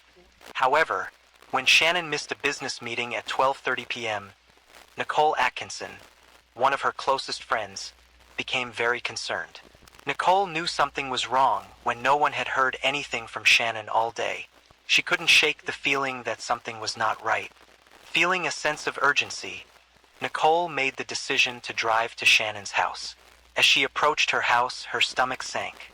Shannon's van was parked in the garage, and the shoes she wore every day were by the front door. Nicole knocked on the front door of Shannon's house, hoping she would come out and explain that she had overslept and was tired from her flight the previous day. However, Shannon never responded. One of Shannon's friends contacted her husband, Chris, to inform him that they were unable to get in touch with her. Chris assured them not to worry, as he believed that Shannon might have taken their daughters to a friend's house. His response puzzled Shannon's friends, as they were all in contact with one another, and none of them knew her whereabouts. Shannon did not have any plans to meet with any of them. Eventually, Shannon's friends informed Chris that they were planning to notify the Frederick Police Department and report Shannon and the girls as missing. Although Chris stated he did not want to get the police involved, Nicole, worried about her friend, called 911 to report Shannon, Bella, and Cece missing. After Nicole called the police, an officer from the Frederick Police Department arrived at Shannon and Chris's house. From the officer's body cam footage, it was clear that Nicole was deeply distressed over her missing friend. As Nicole was explaining everything she knew about Shannon and her daughters, Chris pulled up to the house. Chris got out of his car and approached the officer, but it was clear he did not share the same level of concern as Nicole, even though his wife and daughters were missing. While searching Shannon and Chris's house, the officer stumbled upon Shannon's purse. Within this purse, the officer discovered Shannon's medication for her and her 2 daughters. The discovery of Shannon's purse further worried her friend Nicole, but Chris, Shannon's husband, remained calm as a cucumber. Additionally, the officer found Shannon's wedding pant on the bedside table. The officer and Chris walked to a neighbor of Shannon's and Chris to review footage from their security camera. This camera was positioned in such a way that it captured part of Shannon and Chris's driveway and garage. In the footage, Chris is seen opening the garage door, moving around, and leaving the home at 5:28 a.m. As they watched the footage on the TV screen, Chris's demeanor began to change. He started to appear nervous and fidgety, as if he didn't enjoy whatever he was seeing on the screen. Even Chris's neighbor picked up on his strange behavior. When Chris left the house, the neighbor leaned into the officer and expressed doubts about Chris's behavior. The neighbor mentioned that he didn't think that Chris was acting right. Shannon's friends were concerned about her well-being and wanted to initiate a search for Bella and Cece as soon as possible. However, Chris had a different opinion, discouraging them from joining the search. His response worried Shannon's friends, as they could not comprehend his lack of worry for his wife and daughters. Officers canvassed Shannon and Chris's neighborhood, going door to door to ask if anyone had seen Shannon or anything unusual. By the following day, the FBI and the Colorado Bureau of Investigation joined the search for Shannon, Bella, and Cece. The Boulder Police Department also provided cadaver dogs, which handlers used to search the property and inside the house. As the officers searched the inside of the home, one handler remarked that they smelled cleaning solutions and thought the house looked too clean. This comment raised suspicions and caused the officers to take a closer look at the cleanliness of the home. The presence of cleaning solutions suggested that someone had taken steps to conceal evidence or clean up any potential clues. During the process of searching Chris's house, he gave an interview to 2 Denver stations outside his residence. In this interview, Chris claimed that he and Shannon did not argue before her leaving. However, he mentioned that they had an emotional conversation. He said he wanted his family back and pleaded with whoever held Shannon, Bella, and Celeste to return them home. Chris emphasized his desire to see everyone again and that his house is not complete without his family. However, during the interview, Chris's behavior raised some eyebrows. He appeared cold and unemotional, which puzzled those who knew him. Shannon's friends who were watching the interview felt disgusted by Chris's nonchalant demeanor. They believed his behavior was strange and contradictory to his plea for his family's return. On August 14th, Special Agent Coder interviewed Chris. During the interview, Chris expressed his belief that Shannon might have taken the girls and gone to a friend's house to decompress. Throughout the interview, tips began pouring into the police station regarding potential sightings of Shannon and the girls. The police department received various pictures, and Chris was asked to identify any of the individuals as his missing wife and daughters. However, Chris was unable to provide any identification. Agent Coder asked Chris about his and Shannon's marriage during the interview. Chris responded by stating that he had never cheated on Shannon, and as far as he knew, Shannon had never cheated on him either. He said that he and Shannon were the type of people who would confide in one another if they ever felt like straying. During the interview, Agent Coder noticed a peculiar behavior from Chris. He observed that Chris made frequent hand movements towards his neck, which caught his attention. Agent Coder's suspicions grew, leading him to believe that the movements may hint at something deeper. At one point during the interview, Agent Coder excused himself briefly and informed the other officers working on the case that he thought Chris might have strangled Shannon. As more time passed with Shannon and her daughters missing, the feelings of worry and despair intensified among the loved ones who knew her. Despite their doubts that Shannon was safe, they desperately clung to the hope that Bella and Cece might still be alive somewhere. The absence of any updates or information from the authorities only heightened their anxiety and despair. Chris was released from the police department after a 3-hour interrogation. However, the police made arrangements for him to return on the following day, August 15th, for a polygraph test. Chris agreed to fulfill this request. On August 15th, Chris picked up his father from the airport and drove to the Frederick Police Department. Tammy Lee from the Colorado Bureau of Investigation conducted Chris's polygraph test. During the polygraph, Chris denied knowing where Shannon was and claimed to have not caused her disappearance. Chris would have needed a score of about -4 to pass this polygraph test. Chris scored a dismal -18 on the polygraph. This outcome left the detectives convinced that Chris was responsible for the deaths of his wife and daughters. However, they still needed to persuade him to admit it. The special agent, a highly skilled coder and polygrapher, Tammy Lee, confronted Chris regarding his failed polygraph results. He admitted that he did not physically harm Shannon but acknowledged that he caused her emotional pain. Furthermore, he confessed to having an affair with a coworker named Nicole Kessinger. Chris expressed regret for his infidelity and stated that he had never anticipated engaging in such behavior. However, he denied any involvement in causing his family's disappearance. A little while into the interview, Chris requested the presence of his father, Ronnie. The officers were initially skeptical, fearing that allowing Ronnie into the interview room could lead to Chris seeking legal representation. However, they took a risk and allowed it anyway, hoping that his presence could get Chris to confess. In the interrogation room, Chris met with his father and admitted to murdering Shannon. However, he claimed that he did it only because she had hurt their daughters, Bella and Cece. Upon hearing this excuse, Shannon's friends knew he was lying. They knew that Shannon would never harm her daughters, as she loved them deeply and was looking forward to giving birth to her first son, Nico. Chris admitted to burying Shannon in a shallow grave at one of his work sites.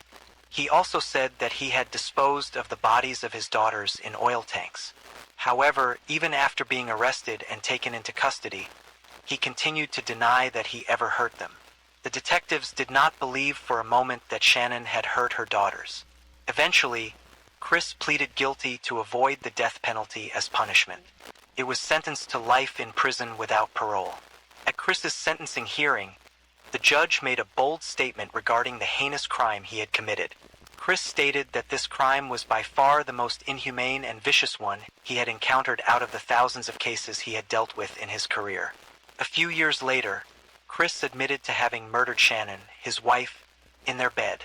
Chris stated that he had strangled her after she confronted him about an extramarital affair and threatened to take their daughters away. Then, Chris put her body in his truck and drove it along with his 2 daughters to his work site. Once there, Chris claimed that he took the lives of his 2 young daughters one by one. This grim revelation revealed that one daughter had to witness the death of her sister before succumbing to the same fate.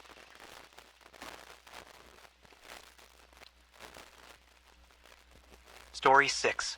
Melissa Mims, born in Houston, Texas, was the child of Michael and Marion. She had 3 siblings, a brother named Michael Jr. and 2 sisters named Maria and Michelle. Due to the sisters' close bond, their parents raised them as triplets. Growing up, Melissa was known for her adventurous spirit and willingness to try new things. She had a zest for life that often got her into trouble, but also made her the life of the party. When Melissa reached adulthood, she made the decision to leave Texas and relocate to Jacksonville, North Carolina. One day, she met a man who would later become her husband. She then became Melissa Platt. In October 1995, Melissa gave birth to her first daughter, Brianna. Several years later, in July 2003, she welcomed her second child, Chastity.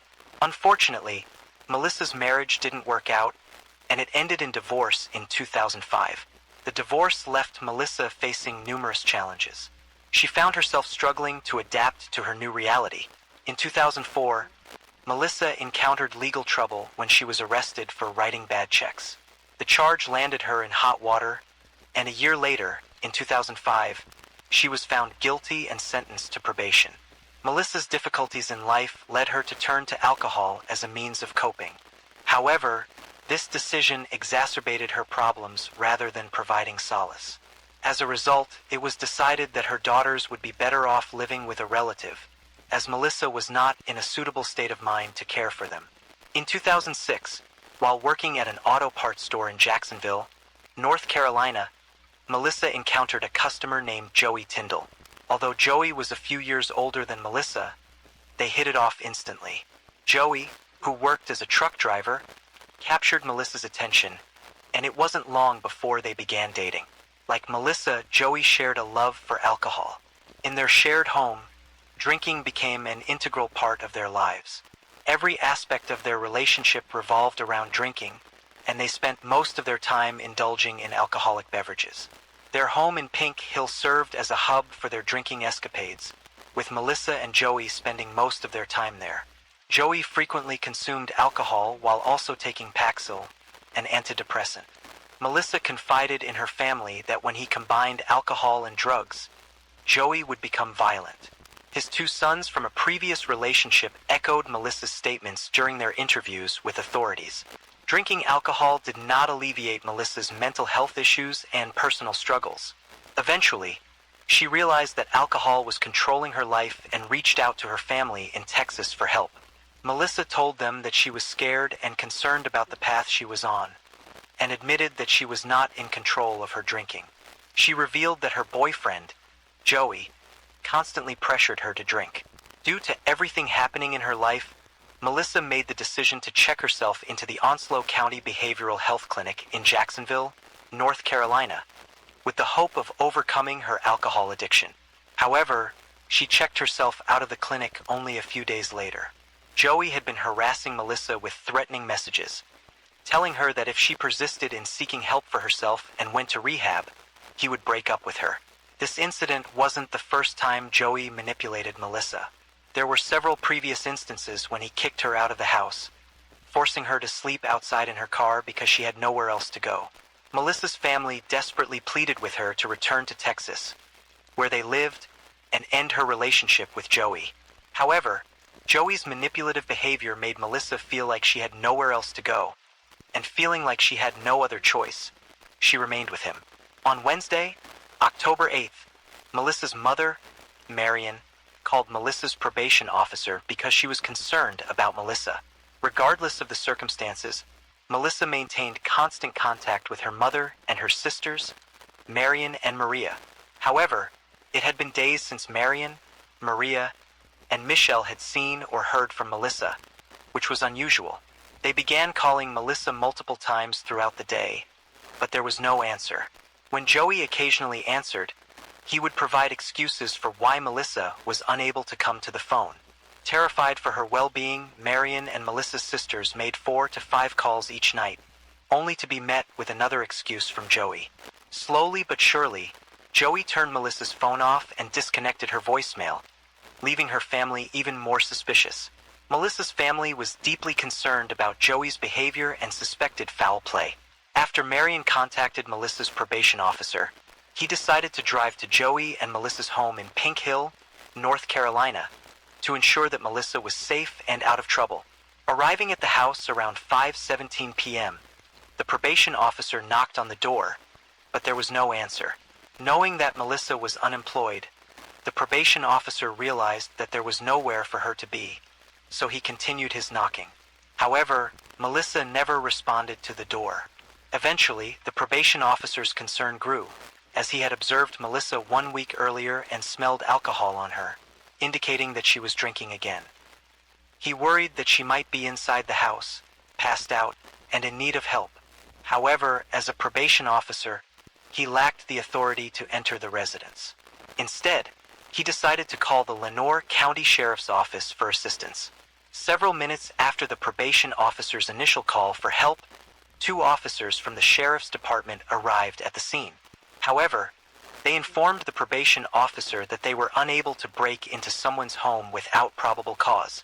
They explained that contacting the homeowner, Joey Tyndall, was necessary to obtain entry into the house. One of the officers managed to get hold of Joey, who informed them that he was currently not at home, but at work. However, he mentioned that his girlfriend, Melissa, should be present in the house. During the phone conversation with the officer, Joey stated that Melissa might be resting inside as she was unwell. Joey explained that Melissa's drinking had become increasingly out of control, and he mentioned that it was possible she may have passed out. He emphasized to the officer that he did not always have the ability to provide the best care for Melissa. Still, Joey said he had reached out to Melissa's mother on multiple occasions, seeking assistance and getting her back into rehabilitation. After Joey granted the police permission to enter the house, Melissa's probation officer and 2 Lenoir County Sheriff's officers proceeded to the back of the property and entered through the back door. Once inside, the officers made their way through the house until they found what seemed to be a bedroom. Upon entering the room, the officers discovered Melissa lying motionless on her bed, covered by a blanket.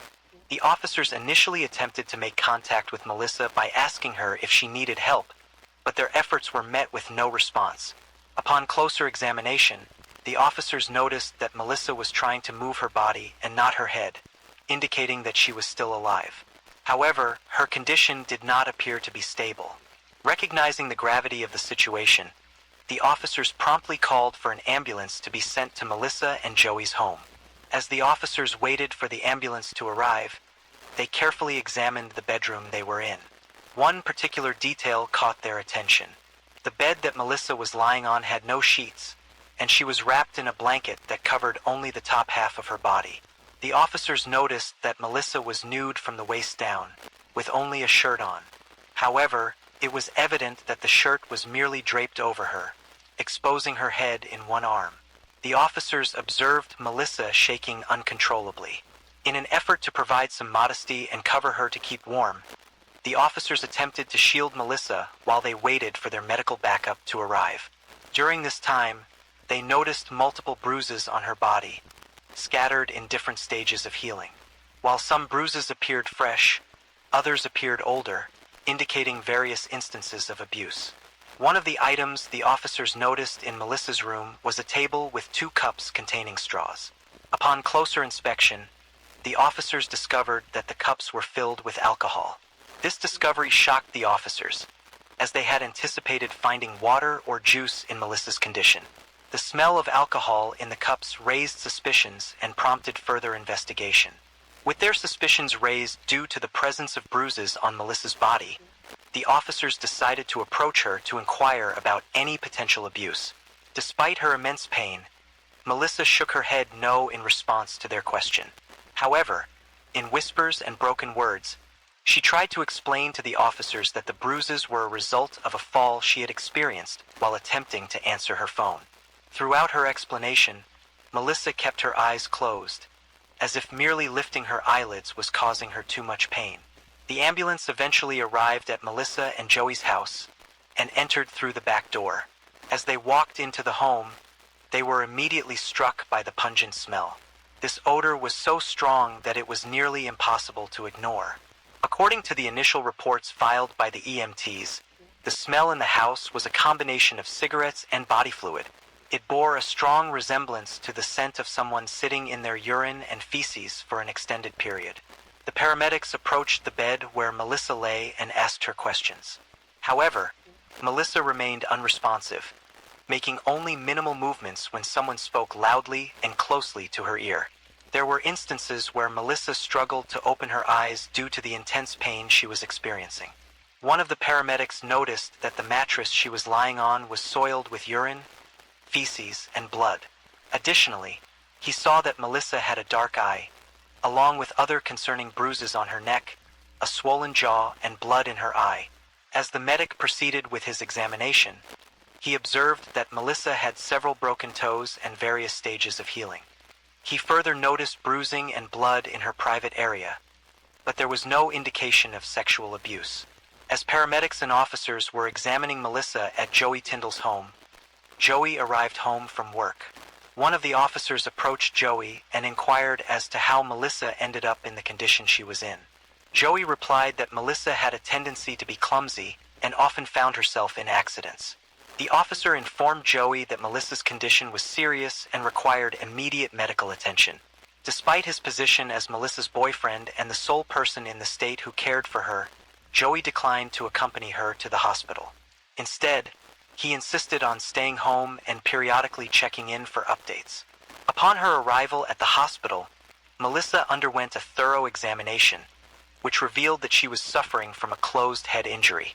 Recognizing the seriousness of her condition, the hospital where she initially sought treatment determined that they were unable to provide the specialized care she needed. As a result, she was airlifted to a different medical facility, the Pitt Memorial Hospital in Greenville, North Carolina. At Pitt Memorial Hospital, the doctors determined that Melissa's injuries were of such a severe nature that the services of the police were required. It was decided that the police officers who found her at the scene should visit the hospital and take pictures of her injuries. The officers arrived at the hospital and took their designated pictures of Melissa's injuries. Once the officers had completed their task, Melissa's case was handed over to two separate detectives. While at Pitt Memorial Hospital, a doctor conducted a CT scan on Melissa, revealing that she had suffered an intracranial hemorrhage due to physical trauma. The CT scan also showed that Melissa's jaw was broken into two parts. Due to the extent of Melissa's brain injury, she needed immediate surgical intervention. She underwent an emergency surgery known as a frontal craniotomy. During this surgical procedure, the surgeon discovered a second bleed in Melissa's brain. This doctor determined that this second brain bleed occurred at a different time than the first injury. During the surgery, the doctor also uncovered evidence that Melissa had been shot in the past. Melissa had told everyone that she had accidentally shot herself. However, Melissa's loved ones suspect Joey's involvement in this incident. They believe that Joey might have had something to do with her shooting. The two detectives assigned to Melissa's case visited Joey Tyndall at his house to interview him about Melissa and her injuries. During the interview, the detective asked Joey to show them the area of the house where Melissa had fallen and injured herself, and they asked for specific details about those incidents. However, Joey struggled to tell the detectives the times and dates when Melissa fell. Joey was general in his answers and never gave any specifics. However, Joey did remember details about Melissa's drinking struggles. He said there was one night when he woke up and Melissa wasn't in bed. Worried, Joey said he went to look for her outside the house and found Melissa naked, sleeping in the back of her car. According to Joey, Melissa had injuries on her body from running around outside and falling. The detectives also took the opportunity to consult Melissa's probation officer. He confirmed that he had seen Melissa 1 week before her hospitalization, but at that time he did not notice any bruises or injuries on her. On November 17th, Melissa underwent a second surgery, during which it was determined she had necrosis, a brain failure. Following the surgery, Melissa was conscious for a brief period but remained out of it. By early November, Melissa developed pneumonia, and by the end of the month she required a third surgery due to spinal fluid in her brain. Melissa then began experiencing daily seizures, which escalated to seizures occurring every few minutes. On December 17th, it became evident that Melissa's condition was not improving. Following a difficult conversation, Melissa's loved ones made the heart-wrenching decision to remove her from the life support system. After spending 9 weeks in the hospital, Melissa passed away at 7:58 p.m., surrounded by her family. Just prior to her passing, the detectives paid a visit to Melissa. However, they visited her after one of her surgeries, and unfortunately, her responses made little sense. Melissa told the detectives that she had sustained her injuries in a car accident, though she also admitted being a bit clumsy. The medical examiner ruled that a brain injury caused Melissa's death, but they were not able to determine the manner of death.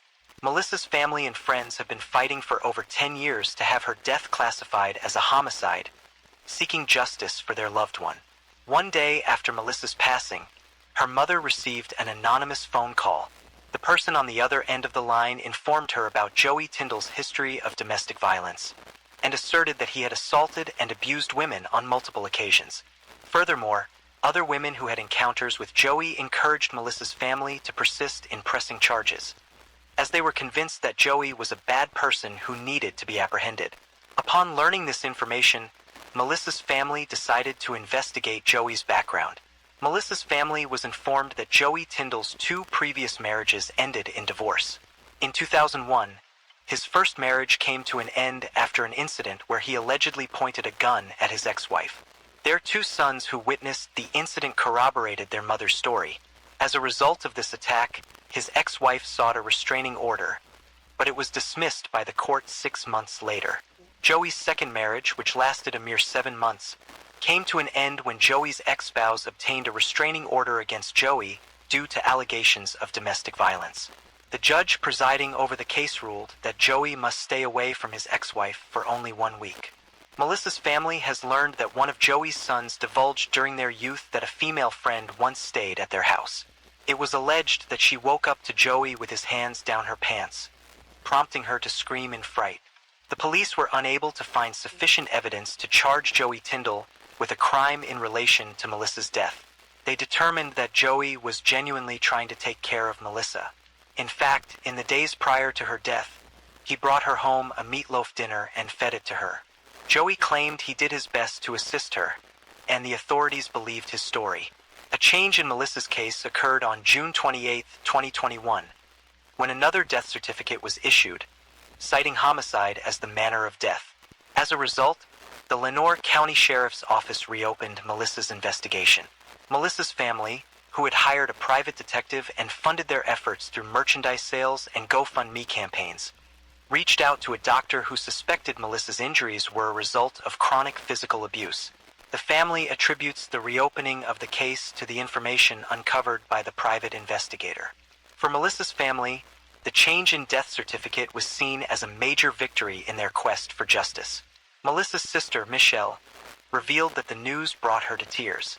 She expressed that she never expected to receive any news about her sister's death, considering the circumstances of the case. Michelle stated that her family unanimously agreed that justice could only be achieved if the culprit responsible for Melissa's death was found guilty.